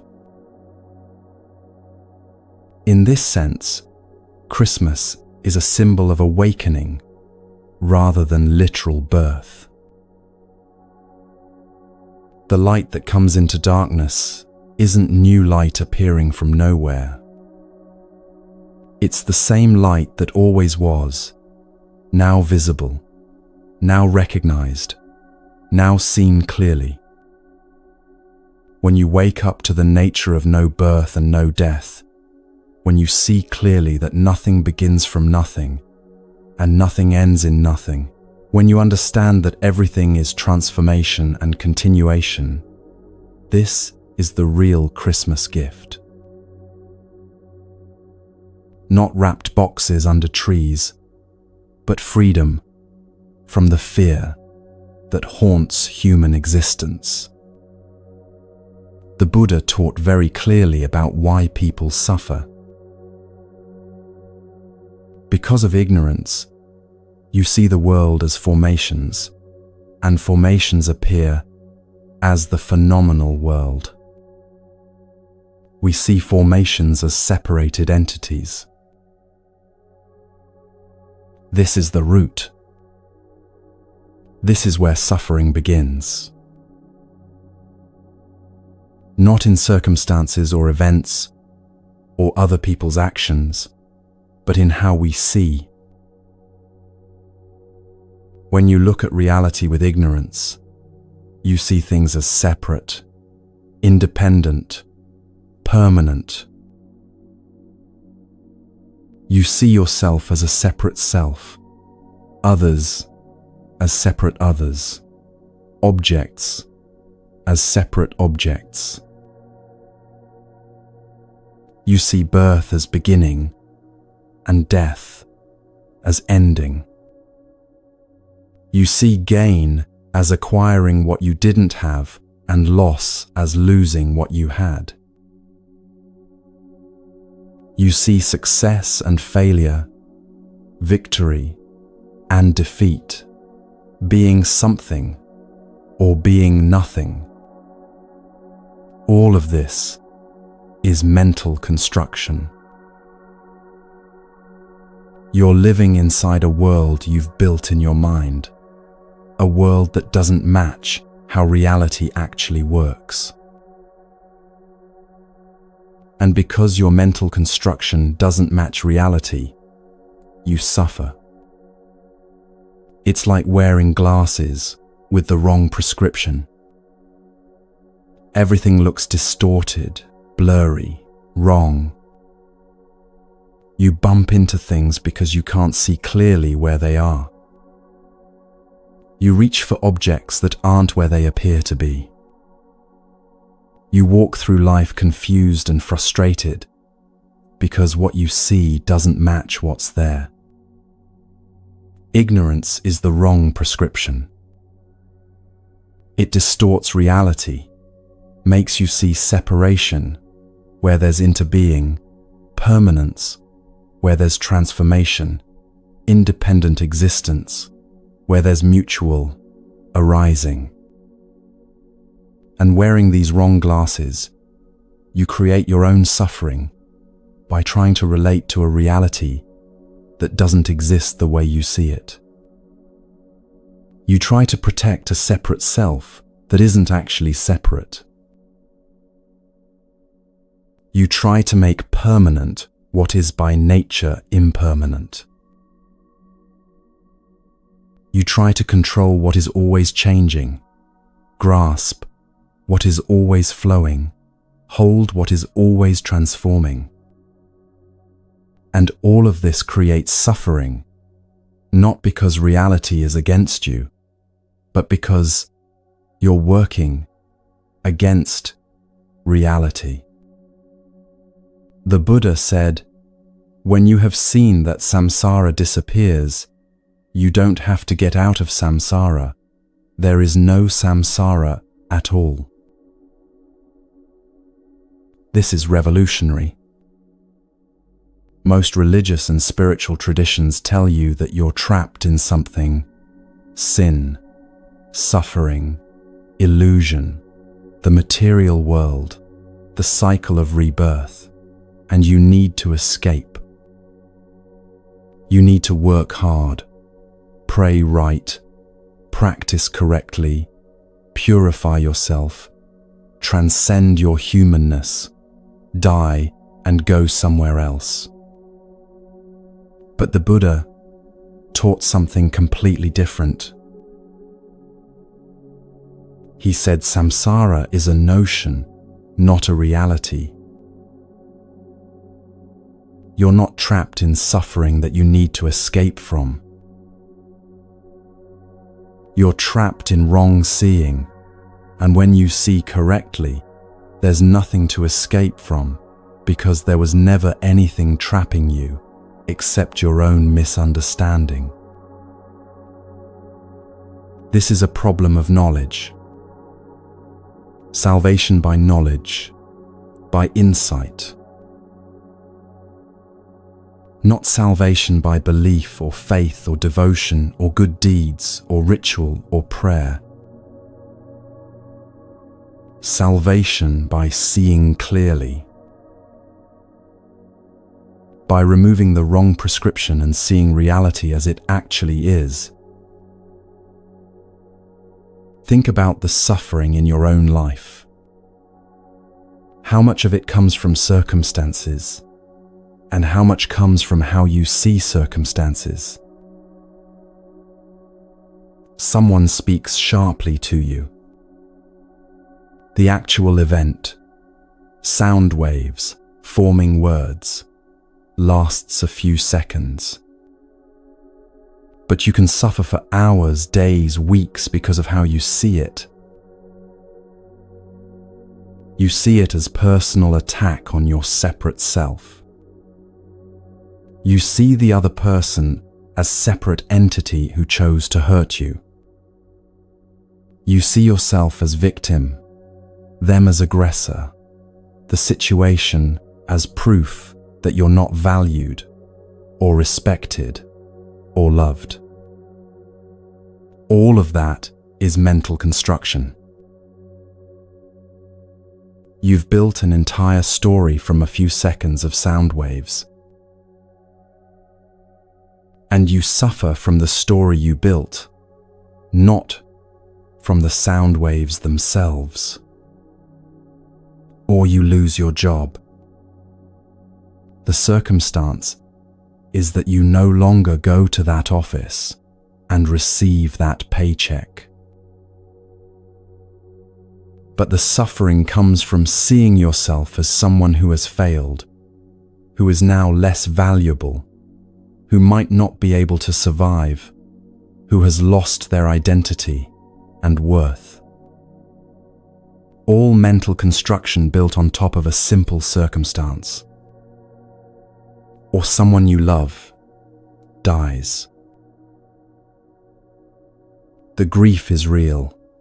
The loss is real. The absence is painful. But how much of the suffering comes from seeing death as absolute ending? From believing that the person was a separate, independent entity that has now been erased from existence? From thinking they went from being to non-being, from existence to nothingness. When you see clearly that nothing is born and nothing dies, when you understand that the person you loved was a formation of elements that existed before and continue after, when you recognize that what you called them was never a separate, permanent entity, but a temporary manifestation of the whole, the grief doesn't disappear, but it transforms. You're not grieving someone who disappeared into nothing. You're grieving a form that changed, a pattern that rearranged, a wave that returned to ocean. And you can see that the elements that formed that person continue. The matter persists in other forms. The energy continues its transformations. The influence they had on you and others continues rippling outward. Nothing was actually lost because nothing was ever separate to begin with. This doesn't mean you don't feel pain. It means you're not suffering from illusion on top of pain. You're not adding the story of permanent loss to the reality of change. You're not creating additional suffering by believing in separation and permanence that never existed. The Buddha's teaching about no birth and no death isn't meant to comfort you with pleasant beliefs.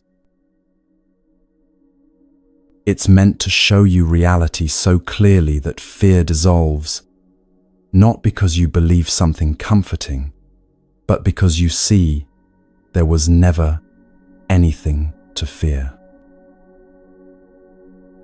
Now we come to something the Buddha himself addressed directly, the traditional teaching about how suffering perpetuates itself. In Buddhist texts, you find the 12 links of dependent origination, often presented in a chain. Because of ignorance, there are formations. Because of formations, there is consciousness. Because of consciousness, there is name and form, and so on, through 12 links, ending with aging and death. This teaching is meant to show how suffering arises and continues, how samsara perpetuates itself. But the traditional linear presentation has many weaknesses. Serious weaknesses that Thich Nhat Hanh pointed out directly. First, presenting it as a linear chain gives the impression that ignorance is the first cause. That everything begins with ignorance, and if you could just eliminate that first cause, everything else would collapse. But according to Buddhist insight, there is no first cause. Think about this carefully. If there were a first cause, something that exists without being caused by anything else, then that first cause would itself need a cause. Why does it exist rather than not exist? What made it come into being? If you say it just exists without cause, you've violated the very principle you're using to explain everything else. This is why the notion of first cause is contradictory to itself. If everything needs a cause, then the first cause needs a cause.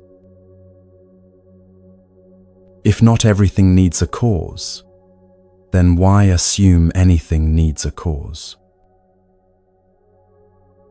The whole concept falls apart under examination. The Buddha taught that every cause is at the same time an effect.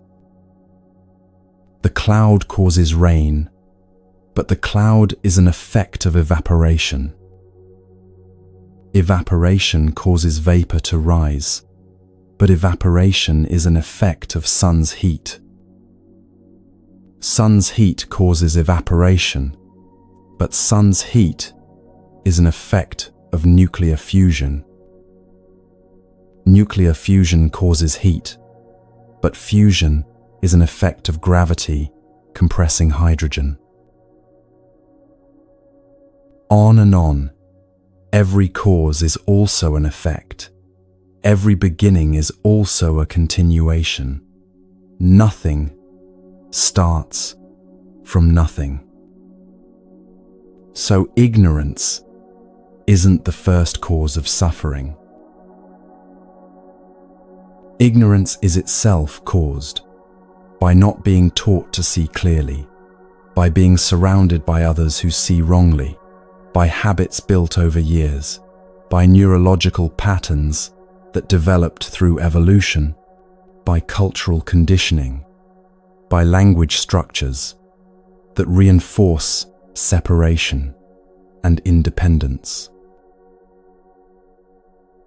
The 12 links don't work in a linear chain.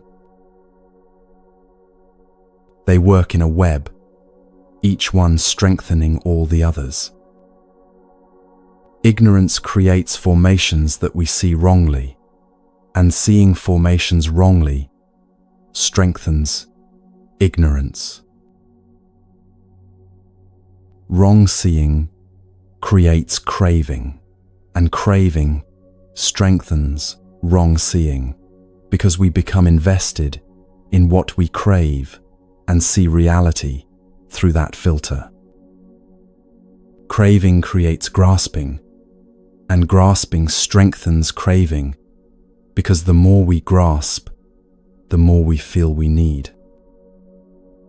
Every link reinforces every other link, not in a line, but in a self-perpetuating system where everything holds everything else in place. This is actually how suffering works in experience. You don't follow a neat path from ignorance to suffering. You're caught in a web where every wrong view strengthens every other wrong view, where every bit of clinging reinforces every other bit of clinging, where the whole system holds itself in place through countless interconnections. And here's the revolutionary insight. You don't need to escape from this system, because there is no system to escape from. The 12 links are a description of wrong seeing. They describe what happens when you see reality with ignorance. They describe the world as it appears through the wrong prescription. But they're not describing something real that you're trapped in. They're describing the illusion you're living inside. When you see clearly, the 12 links disappear. Not because you've broken the chain, or escaped from the wheel, or worked your way through the links one by one, but because you see there was never any chain, or wheel, or system to be trapped in. It's like waking from a nightmare. In the nightmare, you're being chased by monsters through an endless maze. The maze is real within the dream. The monsters are terrifying within the dream. The feeling of being trapped is absolute within the dream. You run and run, but can't escape because the maze has no exit, and the monsters are faster than you.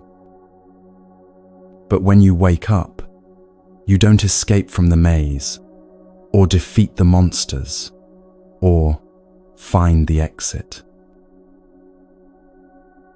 You see that there was never any maze. The monsters were never real. You were never trapped because the entire thing was mental construction, a dream your mind created. This is what the Buddha meant when he said that when you have seen samsara disappear, you don't have to get out of samsara. There is no samsara at all. Samsara is the word for the wheel of birth and death and suffering that you believe you're trapped in. The endless cycle of being born, suffering, dying, being reborn, suffering again, on and on without escape. But it's not real. It's a notion. It's how reality appears when you see it with ignorance, like how a nightmare appears real while you're dreaming. When you see clearly, when you see formations as formations, into being as into being, no birth and no death, no separate self, everything mutual arising, samsara vanishes. Not because you've escaped, but because you see it was never there except as wrong seeing. You don't have to struggle to get out. You don't have to work through the 12 links one by one. You don't have to gradually eliminate ignorance, then formations, then consciousness. You just have to see clearly, and in seeing clearly, the whole illusion collapses instantly. This is why the Buddha emphasized right view above everything else.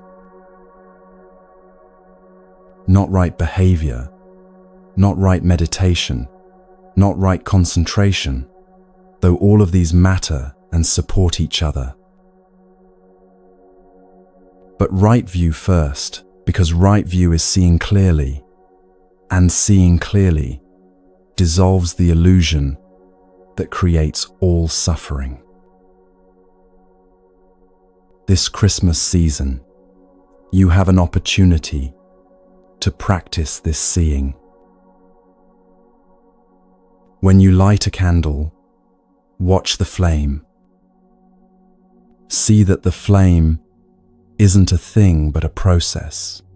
Wax, vaporizing, mixing with oxygen, igniting, releasing heat and light.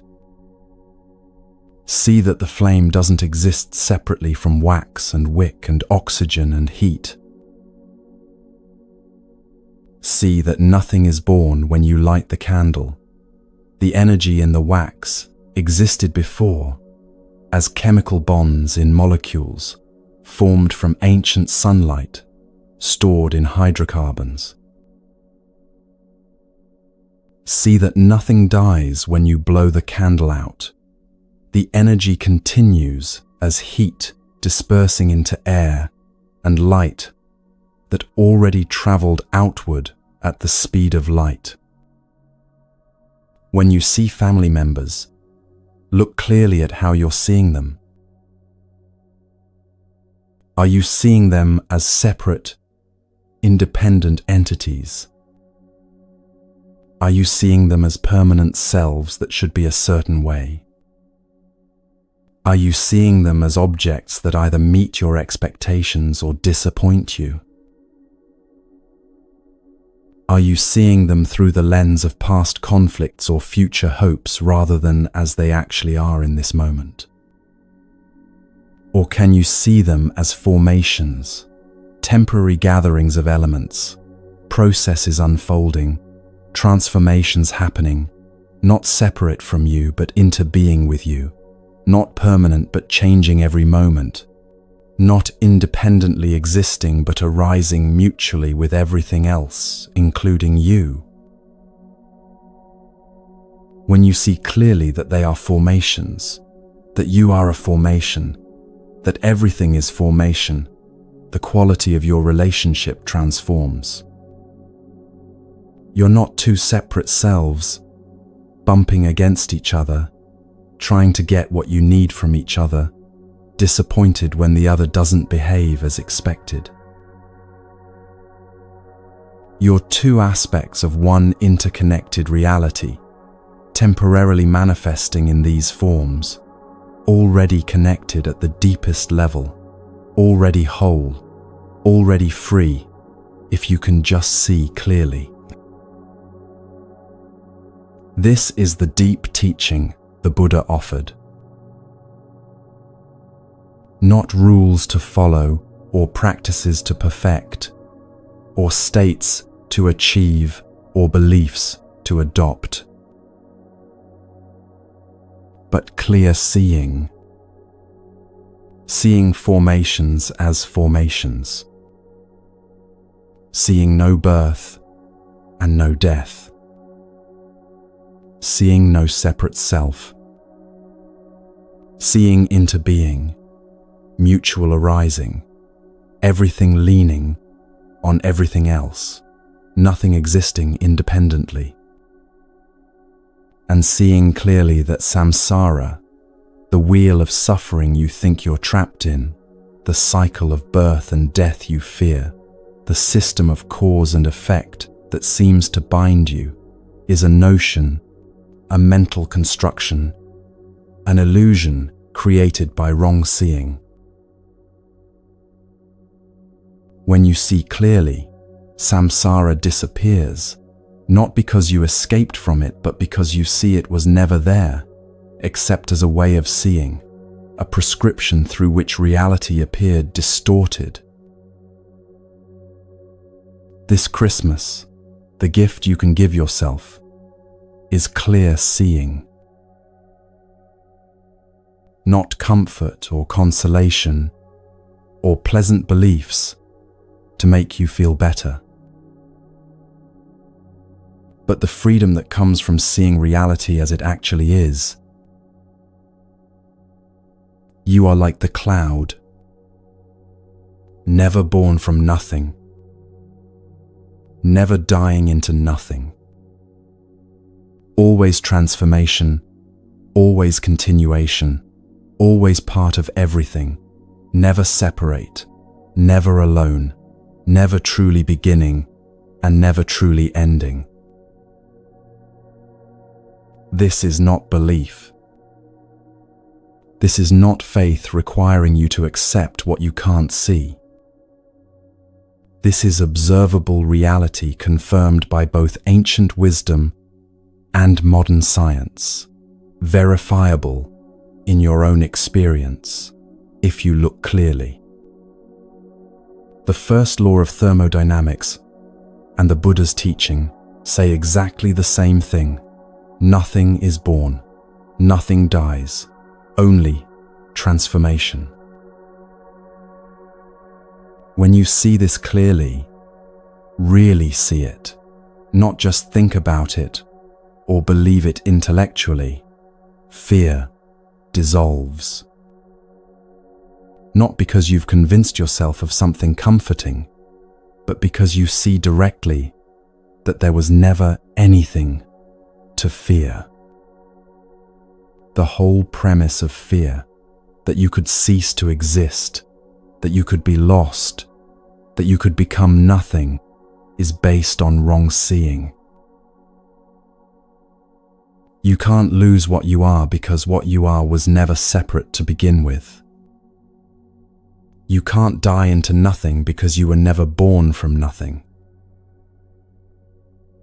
You can't be trapped in suffering because suffering is created by wrong seeing, and wrong seeing dissolves instantly in clear seeing.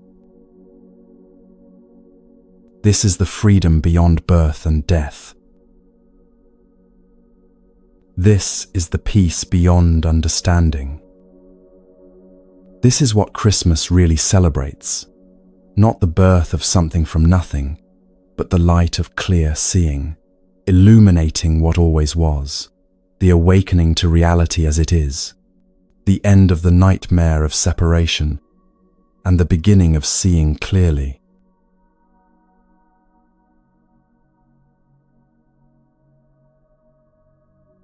Many Western scholars who studied Buddhism came to a strange conclusion. They read the ancient texts, learned about nirvana, studied the Buddha's teachings, and decided that nirvana is eternal death. According to their understanding, a Buddhist practitioner might experience some peace while still alive, maybe 20 or 30 years of calm before they die.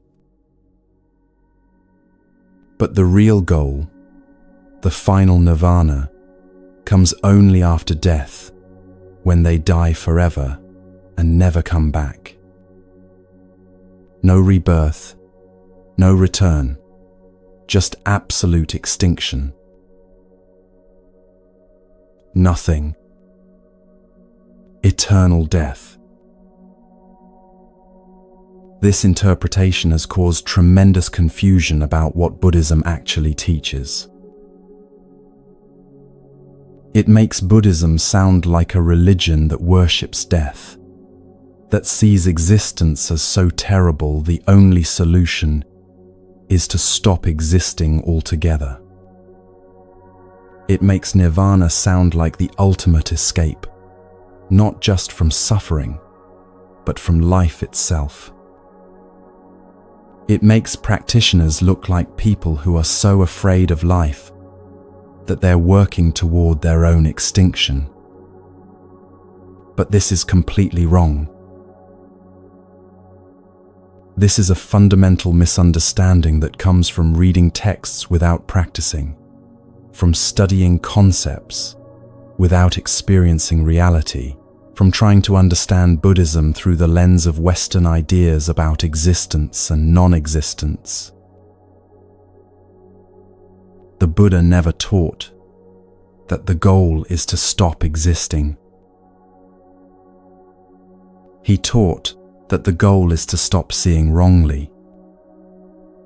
There's a big difference. When you stop seeing wrongly, you don't disappear. You see clearly what was always true. You don't escape from life. You finally experience life as it actually is, without the distortion of ignorance. You don't die into nothingness. You wake up to reality as it always was, is, and will be. Thich Nhat Hanh used a metaphor to explain why people can know the truth intellectually but still suffer. He said it's like someone who has found a well so deep they know there is water. They can see the water down there at the bottom of the well, far below where they stand. They know it's there. They even know that water could satisfy their thirst, could cool them, could sustain their life. But they don't have an instrument to get the water from down there, up here to drink. So they remain thirsty, even though they know there's water. They remain thirsty, even though they can see the water with their own eyes. They remain thirsty, even though they could describe the water to others, could point to it, could explain its properties. The knowledge doesn't help because they can't access what they know. This is the situation many people find themselves in with the Buddha's teaching about no birth and no death. Scientists know the first law of thermodynamics. Nothing is created, nothing is destroyed. Matter and energy only transform. They know this intellectually.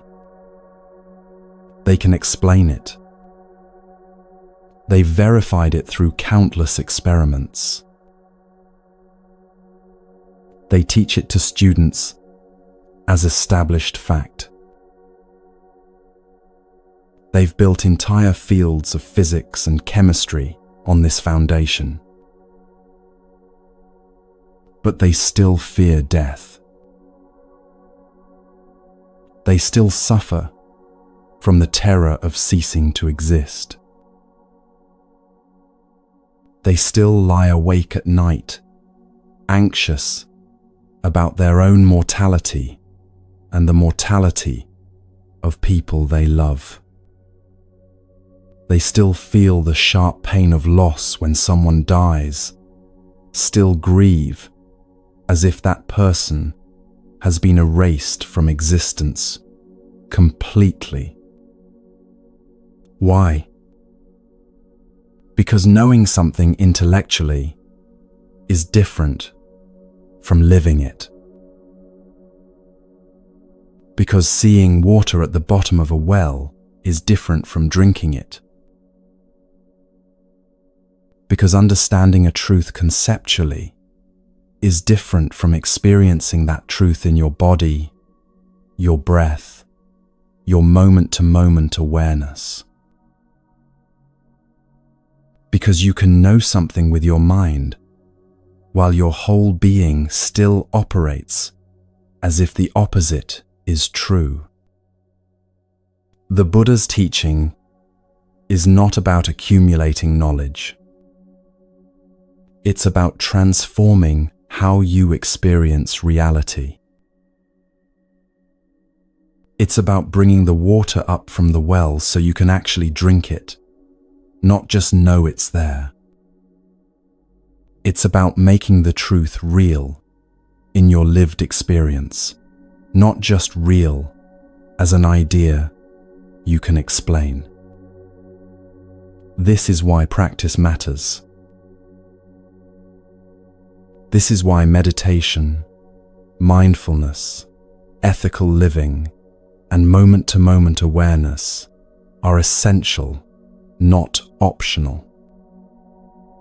You can read every Buddhist text ever written, memorize every teaching, understand every concept, and still suffer if you don't practice bringing the teaching into lived experience. You'll be like the person staring at water in a deep well, knowing it's there, but unable to drink. Nirvana is not something that happens after you die. Nirvana is freedom that's available right now, in this moment, with this breath. The Buddha gave a very practical teaching about this, using the metaphor of thorns.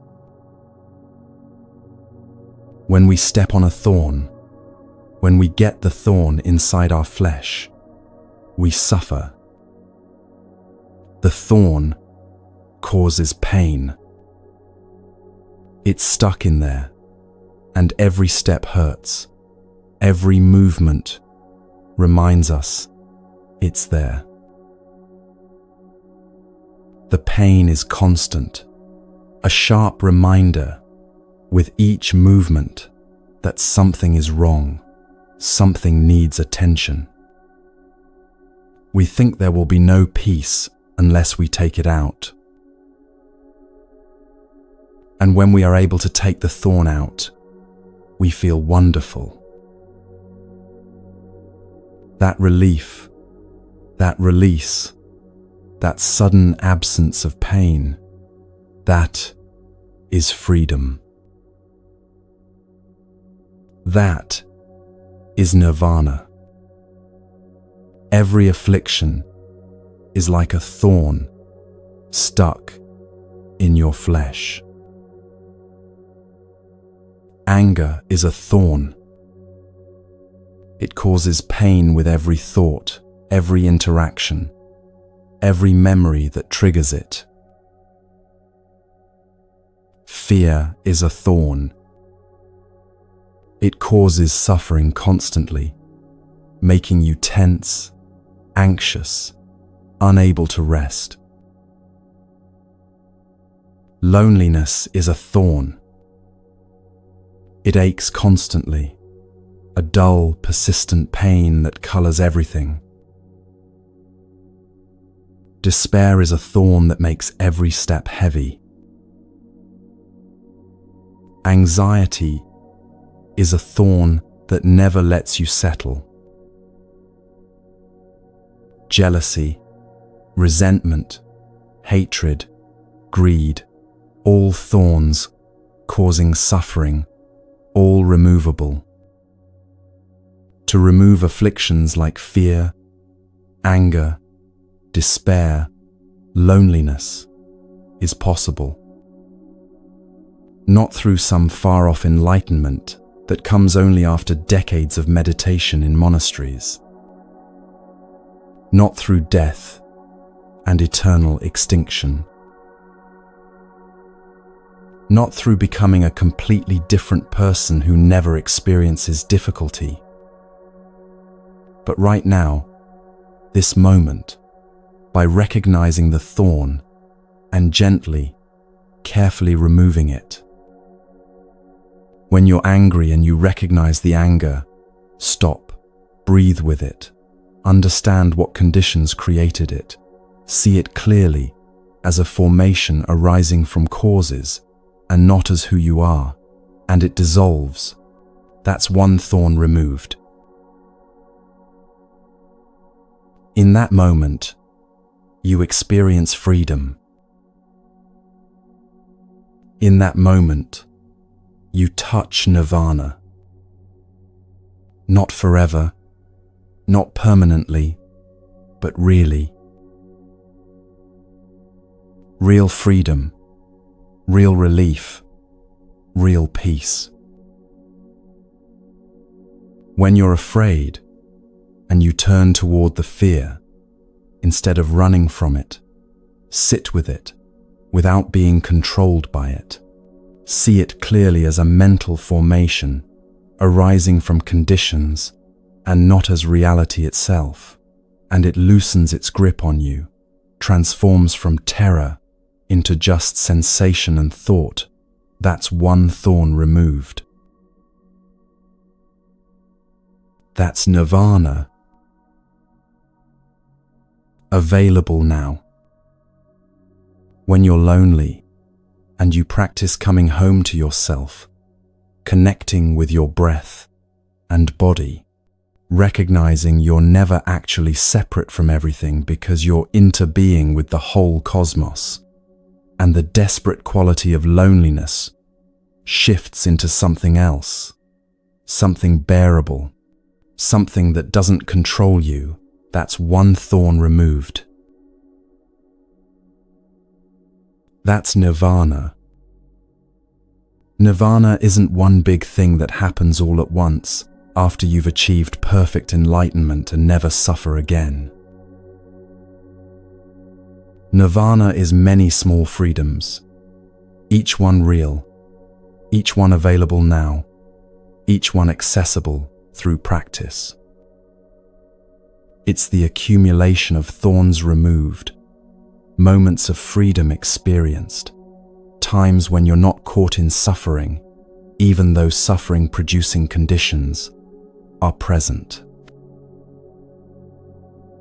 If you feel free in life, that is nirvana. Not if you feel free after death. Not if you achieve permanent freedom that never wavers.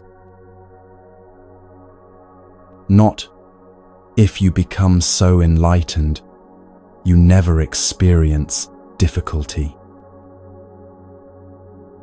If you feel free now, even for a moment, even partially, even while other thorns remain, that is nirvana. This completely changes what practice means. You're not practicing to achieve some distant goal. You're practicing to experience freedom now. Every thorn you remove, every affliction you release, every moment you're not caught in fear or anger or despair, that's the goal realized.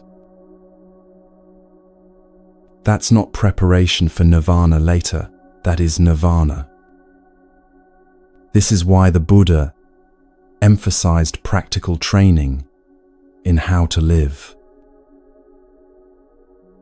Not just philosophy or meditation techniques, but ethical guidelines for daily life that reflect understanding of reality and create the conditions for freedom. The 5 mindfulness trainings are a very concrete expression of the path. They're practical guidelines about how to relate to life, other beings, your body, communication, and consumption in ways that create freedom rather than suffering. They address reverence for life, true happiness, true love, loving speech, and deep listening, and nourishing awareness. But they're not rules imposed from outside by some authority. They're not commandments you follow because you're supposed to, or because you'll be punished if you don't. They're natural expressions of seeing clearly.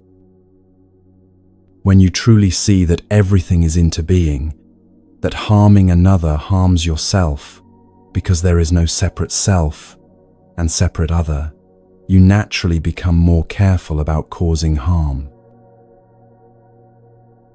Not because a rule says so, but because you see directly that it makes no sense to hurt what you're part of. Like it makes no sense to deliberately stab your own foot, not because there's a rule against it, but because you see clearly that you'd be creating your own suffering. When you truly see that your body is a formation sustained by countless conditions, that it's a wonder of interbeing rather than a possession you own, you naturally treat it with more care and respect. Not following rules about what you should or shouldn't consume, but responding to reality as you see it clearly. When you truly see that your words create effects that ripple outward, affecting everyone and everything they touch, that speech is action with consequences. You naturally become more mindful about what you say and how you say it. Not censoring yourself out of fear, but speaking consciously because you see your words matter. They create reality. They can heal or harm. The Buddha taught, if we really try to live according to the 5 trainings, we can experience freedom and nirvana every moment. Every moment. Not after 20 years of practice. Not after you die. Not after you achieve some special state of consciousness. Every moment you live in alignment with reality as it is, you experience freedom. Every moment you're not creating thorns or getting stuck on thorns, you're touching nirvana. This Christmas season offers countless opportunities to experience this freedom if you're present to them. Christmas Eve, late at night, the house finally quiet. Everyone else has gone to bed. The dishes are done. The presents are wrapped. The preparations are complete. The tree lights glow softly in the darkened room. You sit there alone and you breathe. This moment, sitting, breathing, present, is an opportunity for freedom. Not freedom from Christmas, or from family, or from life, or from your responsibilities. but freedom from the racing thoughts about whether everything will go well tomorrow. Freedom from the anxious checking and rechecking of lists in your mind. Freedom from the desperate need to make everything perfect, to control every detail, to ensure everyone is happy. You breathe and know you're breathing. You sit and know you're sitting. You're here, now, alive, not caught in past or future, not suffering from the thorns of worry and control. That's one thorn removed. That's freedom. That's nirvana available right now, in this quiet moment before Christmas morning. Christmas morning, you step outside before anyone else wakes. The air is cold against your face, sharp and clean. Your breath forms clouds that you can see, water vapor becoming visible in cold air, then dispersing into the atmosphere. Your feet touch the ground with each step, and you're aware of walking, aware of breathing, aware of the cold, aware of the quiet before the day begins, and the house fills with voices and activity. With every step you make in mindfulness, you get free, and that freedom is nirvana. Free from what? Free from the past, from old resentments about family dynamics, from memories of disappointing Christmases when expectations weren't met, from the weight of everything that happened before this moment, from grudges held and slights remembered. Free from the future, from anxiety about how the day will unfold, from expectations that create pressure and tension, from fear that things won't meet some imagined standard you've set, from worrying about what could go wrong. Free from your worries about money spent on gifts, about relationships that feel strained, about whether you're doing this whole thing right, about whether you're enough, whether you've done enough, whether it will be enough. This is nirvana, not some mystical state far removed from ordinary life where you float in bliss forever. But this, walking in cold air, breathing, present, not caught in past or future, not suffering from the thorns of regret and anxiety and self-doubt. The practice the Buddha taught isn't about achieving something extraordinary that only special people can experience. It's about being fully present to what's ordinary, what's already here, what's always available. It's about removing the thorns of affliction one by one, so you can experience life as it actually is, without the distortion of fear and grasping and aversion and delusion. You can practice this anywhere, anytime.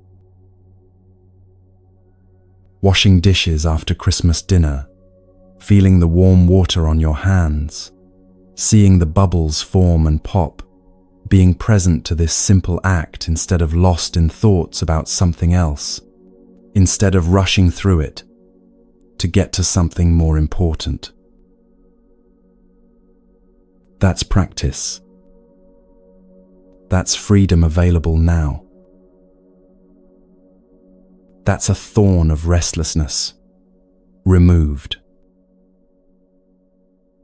Sitting at the table with family, listening to someone tell a story you've heard many times before, actually listening, actually present, not pretending to listen while your mind is somewhere else, planning what you'll say, or thinking about your own stories, or judging the telling. That's practice. That's one thorn of self-centeredness removed. That's connection, that's freedom, that's nirvana in the midst of ordinary family life. Feeling irritation arise when things don't go as planned, recognizing the irritation as it arises, breathing with it, without suppressing it or acting it out, seeing it as a formation created by expectations meeting reality, not fighting it, but not being controlled by it either, watching it transform and dissolve. That's practice. That's freedom. That's nirvana happening in the middle of imperfect circumstances. The Buddha never said this would be easy. He never promised that you'd remove all thorns permanently and never experience affliction again. He never said you'd reach a point where you're done, finished, complete, never needing to practice again. He said it's possible to experience freedom, to remove thorns, to know nirvana right now, and that this practice continues. The practice continues beyond this audio you're listening to. It continues into tomorrow, and the next day, and the day after that. It continues through easy times when everything flows, and difficult times when everything feels impossible. It continues through joy and sorrow, through clarity and confusion, through moments of deep peace and moments of intense challenge. But it's always available. Every breath is an opportunity to come home to yourself. Every step is an opportunity to be present instead of lost in thought. Every moment is an opportunity to recognize a thorn, anger, fear, loneliness, whatever affliction is present, and practice the gentle art of removing it. This is radically different from seeing nirvana as something that happens after death, after you've finally escaped from the suffering of existence through extinction. This is seeing nirvana as the natural state that's always available when you're not caught in affliction, when you're not seeing wrongly, when you're present to reality as it is, without the distortion of ignorance. Think about moments in your own life when you've experienced this freedom, even if you didn't call it nirvana or recognize it as anything special. Moments when you were so present to what you were doing that worry disappeared completely. Moments when you were so absorbed in beauty, a sunset painting the sky, music filling your awareness, someone's face in genuine laughter, that fear vanished and you touched something timeless. Moments when you were so grounded in your body, walking in nature, dancing, swimming, working with your hands, that the anxious thoughts quieted and you experienced simple being. Those moments weren't accidents or lucky breaks or gifts from outside. They were moments when thorns were temporarily removed, when conditions aligned for clear seeing, when you stopped clinging to past and future and touched the freedom that's always available underneath affliction. The practice is learning to access that freedom more reliably, more often, in more situations, not just when conditions happen to be perfect. Not because you've become someone different or achieved some special state, but because you've learned to recognize thorns and remove them, to recognize wrong seeing and correct it, to recognize when you're caught and know how to become free. The 5 mindfulness trainings help with this because they give you concrete guidelines for living in a way that doesn't create thorns in the first place. When you harm others deliberately, you create suffering for yourself. That's a thorn you have to carry. When you speak carelessly or cruelly, you create tangles in relationships, more thorns to navigate. When you consume mindlessly without awareness of what you're taking in, you create agitation in body and mind, more thorns lodged in your flesh. Living according to the trainings isn't about following rules to earn nirvana later, to build up merit that will pay off after death. It's about reducing the number of thorns you have to remove by not creating them in the first place, by living in alignment with how reality actually works. But even when you do create thorns, and you will, because you're human and learning and living in a complex world with countless conditions, the practice is there. Recognize the thorn. Don't deny it's there or pretend you're not in pain. Breathe with it. Understand what conditions created it. See it clearly as a formation, not as reality itself, not as who you are. Gently work to remove it, not through force, but through understanding and awareness. Experience the freedom when it releases, when the grip loosens, when suffering decreases, even slightly. This is nirvana as the Buddha actually taught it. Not eternal death after this life ends. Not extinction of your being. Not escape from existence into non-existence. But freedom from suffering available right now through clear seeing and gentle, continuous practice. As you move through what remains of this Christmas season and into the new year, you carry this practice with you. Not as a burden or obligation that weighs you down, but as a gift you've been given, the gift of knowing there's a way to be free, the gift of understanding that nirvana isn't far away in some distant realm, the gift of recognizing that every moment offers an opportunity to remove a thorn and experience freedom. When you're stuck in traffic and frustration arises, that's an opportunity to practice. When you're with someone difficult and aversion arises, that's an opportunity. When you're alone and loneliness arises, that's an opportunity.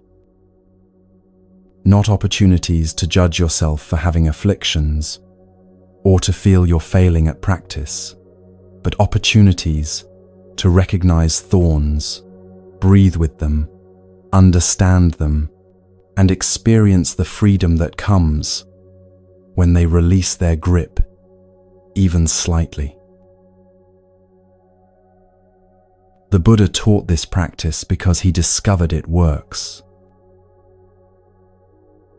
Not as theory or philosophy or hope or belief, but as lived reality tested in his own experience. He removed thorns and experienced freedom. He taught others how to do the same. Those people removed thorns and experienced freedom. They taught others. And on for 2,500 years, people practicing this simple but profound teaching recognize affliction, understand it, release it, experience freedom. You're part of that lineage now. Not because you've joined some organization or taken vows or committed to anything formal or official, but because you're learning what the Buddha taught and you're practicing it in your actual life with its actual challenges. Every time you stop and breathe, instead of reacting automatically, you're practicing what the Buddha practiced. Every time you recognize a thorn and work to remove it with awareness and compassion, you're doing what countless practitioners have done for millennia. Every time you experience even a moment of freedom, even partial release from an affliction, you're touching the same nirvana they touched. This is not about becoming Buddhist or adopting a religious identity or joining a tradition. This is about learning to be free from suffering. And that learning is available to anyone, anywhere, anytime who's willing to practice seeing clearly and removing thorns with patience and gentleness. As this audio ends, the practice doesn't end. You take it with you into whatever comes next, the meal you'll eat, the people you'll see, the tasks you'll do, the moments of ease and the moments of difficulty that make up an actual human life. And you have tools now that you didn't have before. You know that formations are temporary gatherings of conditions, not solid, permanent things you can cling to or need to fear losing. You know that nothing is born and nothing dies. Only transformation continues endlessly. You know that you are interbeing, not separate and alone, but connected to everything. You know that samsara is a notion that disappears in clear seeing, not a trap you're caught in. You know that nirvana is available now, not after death, through the simple but profound practice of removing thorns one by one. This Christmas, this moment, this breath, this is where freedom is. Not in the past you can't change, or the future you can't control. Not in some other realm after you die. Not in circumstances finally becoming perfect, which they never will. Here now, in your actual life as it actually is, with all its imperfection and difficulty and beauty and ordinariness and messiness and grace. The Buddha's gift to you is this teaching. The gift you give yourself is practicing it, bringing it from concept into lived experience. The freedom you experience when you do, that's nirvana, available in every moment you're willing to be present, to see clearly, to recognize thorns, and gently remove them one at a time. Breathe. Feel your body breathing. Know you're alive right now. Be here now, not somewhere else in thought. This is enough. This is everything. This is freedom.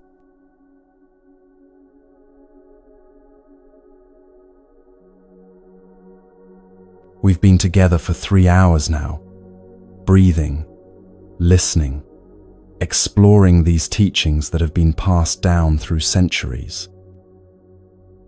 Wherever you are in the world, whether it's morning or evening, whether you're alone or surrounded by others, whether Christmas has passed or is still approaching, you're part of this community of practice. The Buddha's teaching isn't complicated. Freedom starts with refreshing how you see. When you see formations as formations, when you see no birth and no death, when you see interbeing instead of separation, you're already free. May this Christmas season bring you home to yourself. May you find the island of self through your breath and your steps. May you experience the freedom that comes from seeing clearly, from removing thorns one by one, from touching the nature of no birth and no death. This space is always here for you. Whenever you need to come home, whenever you need to be reminded of what's true, whenever the thorns feel too numerous to count, you can return. Not to escape from life, but to see life more clearly, so you can live it more fully. The practice continues in your next breath, your next step, your next moment of awareness. You carry everything you need with you. May you be peaceful. May you be free. May you walk in mindfulness wherever this path takes you.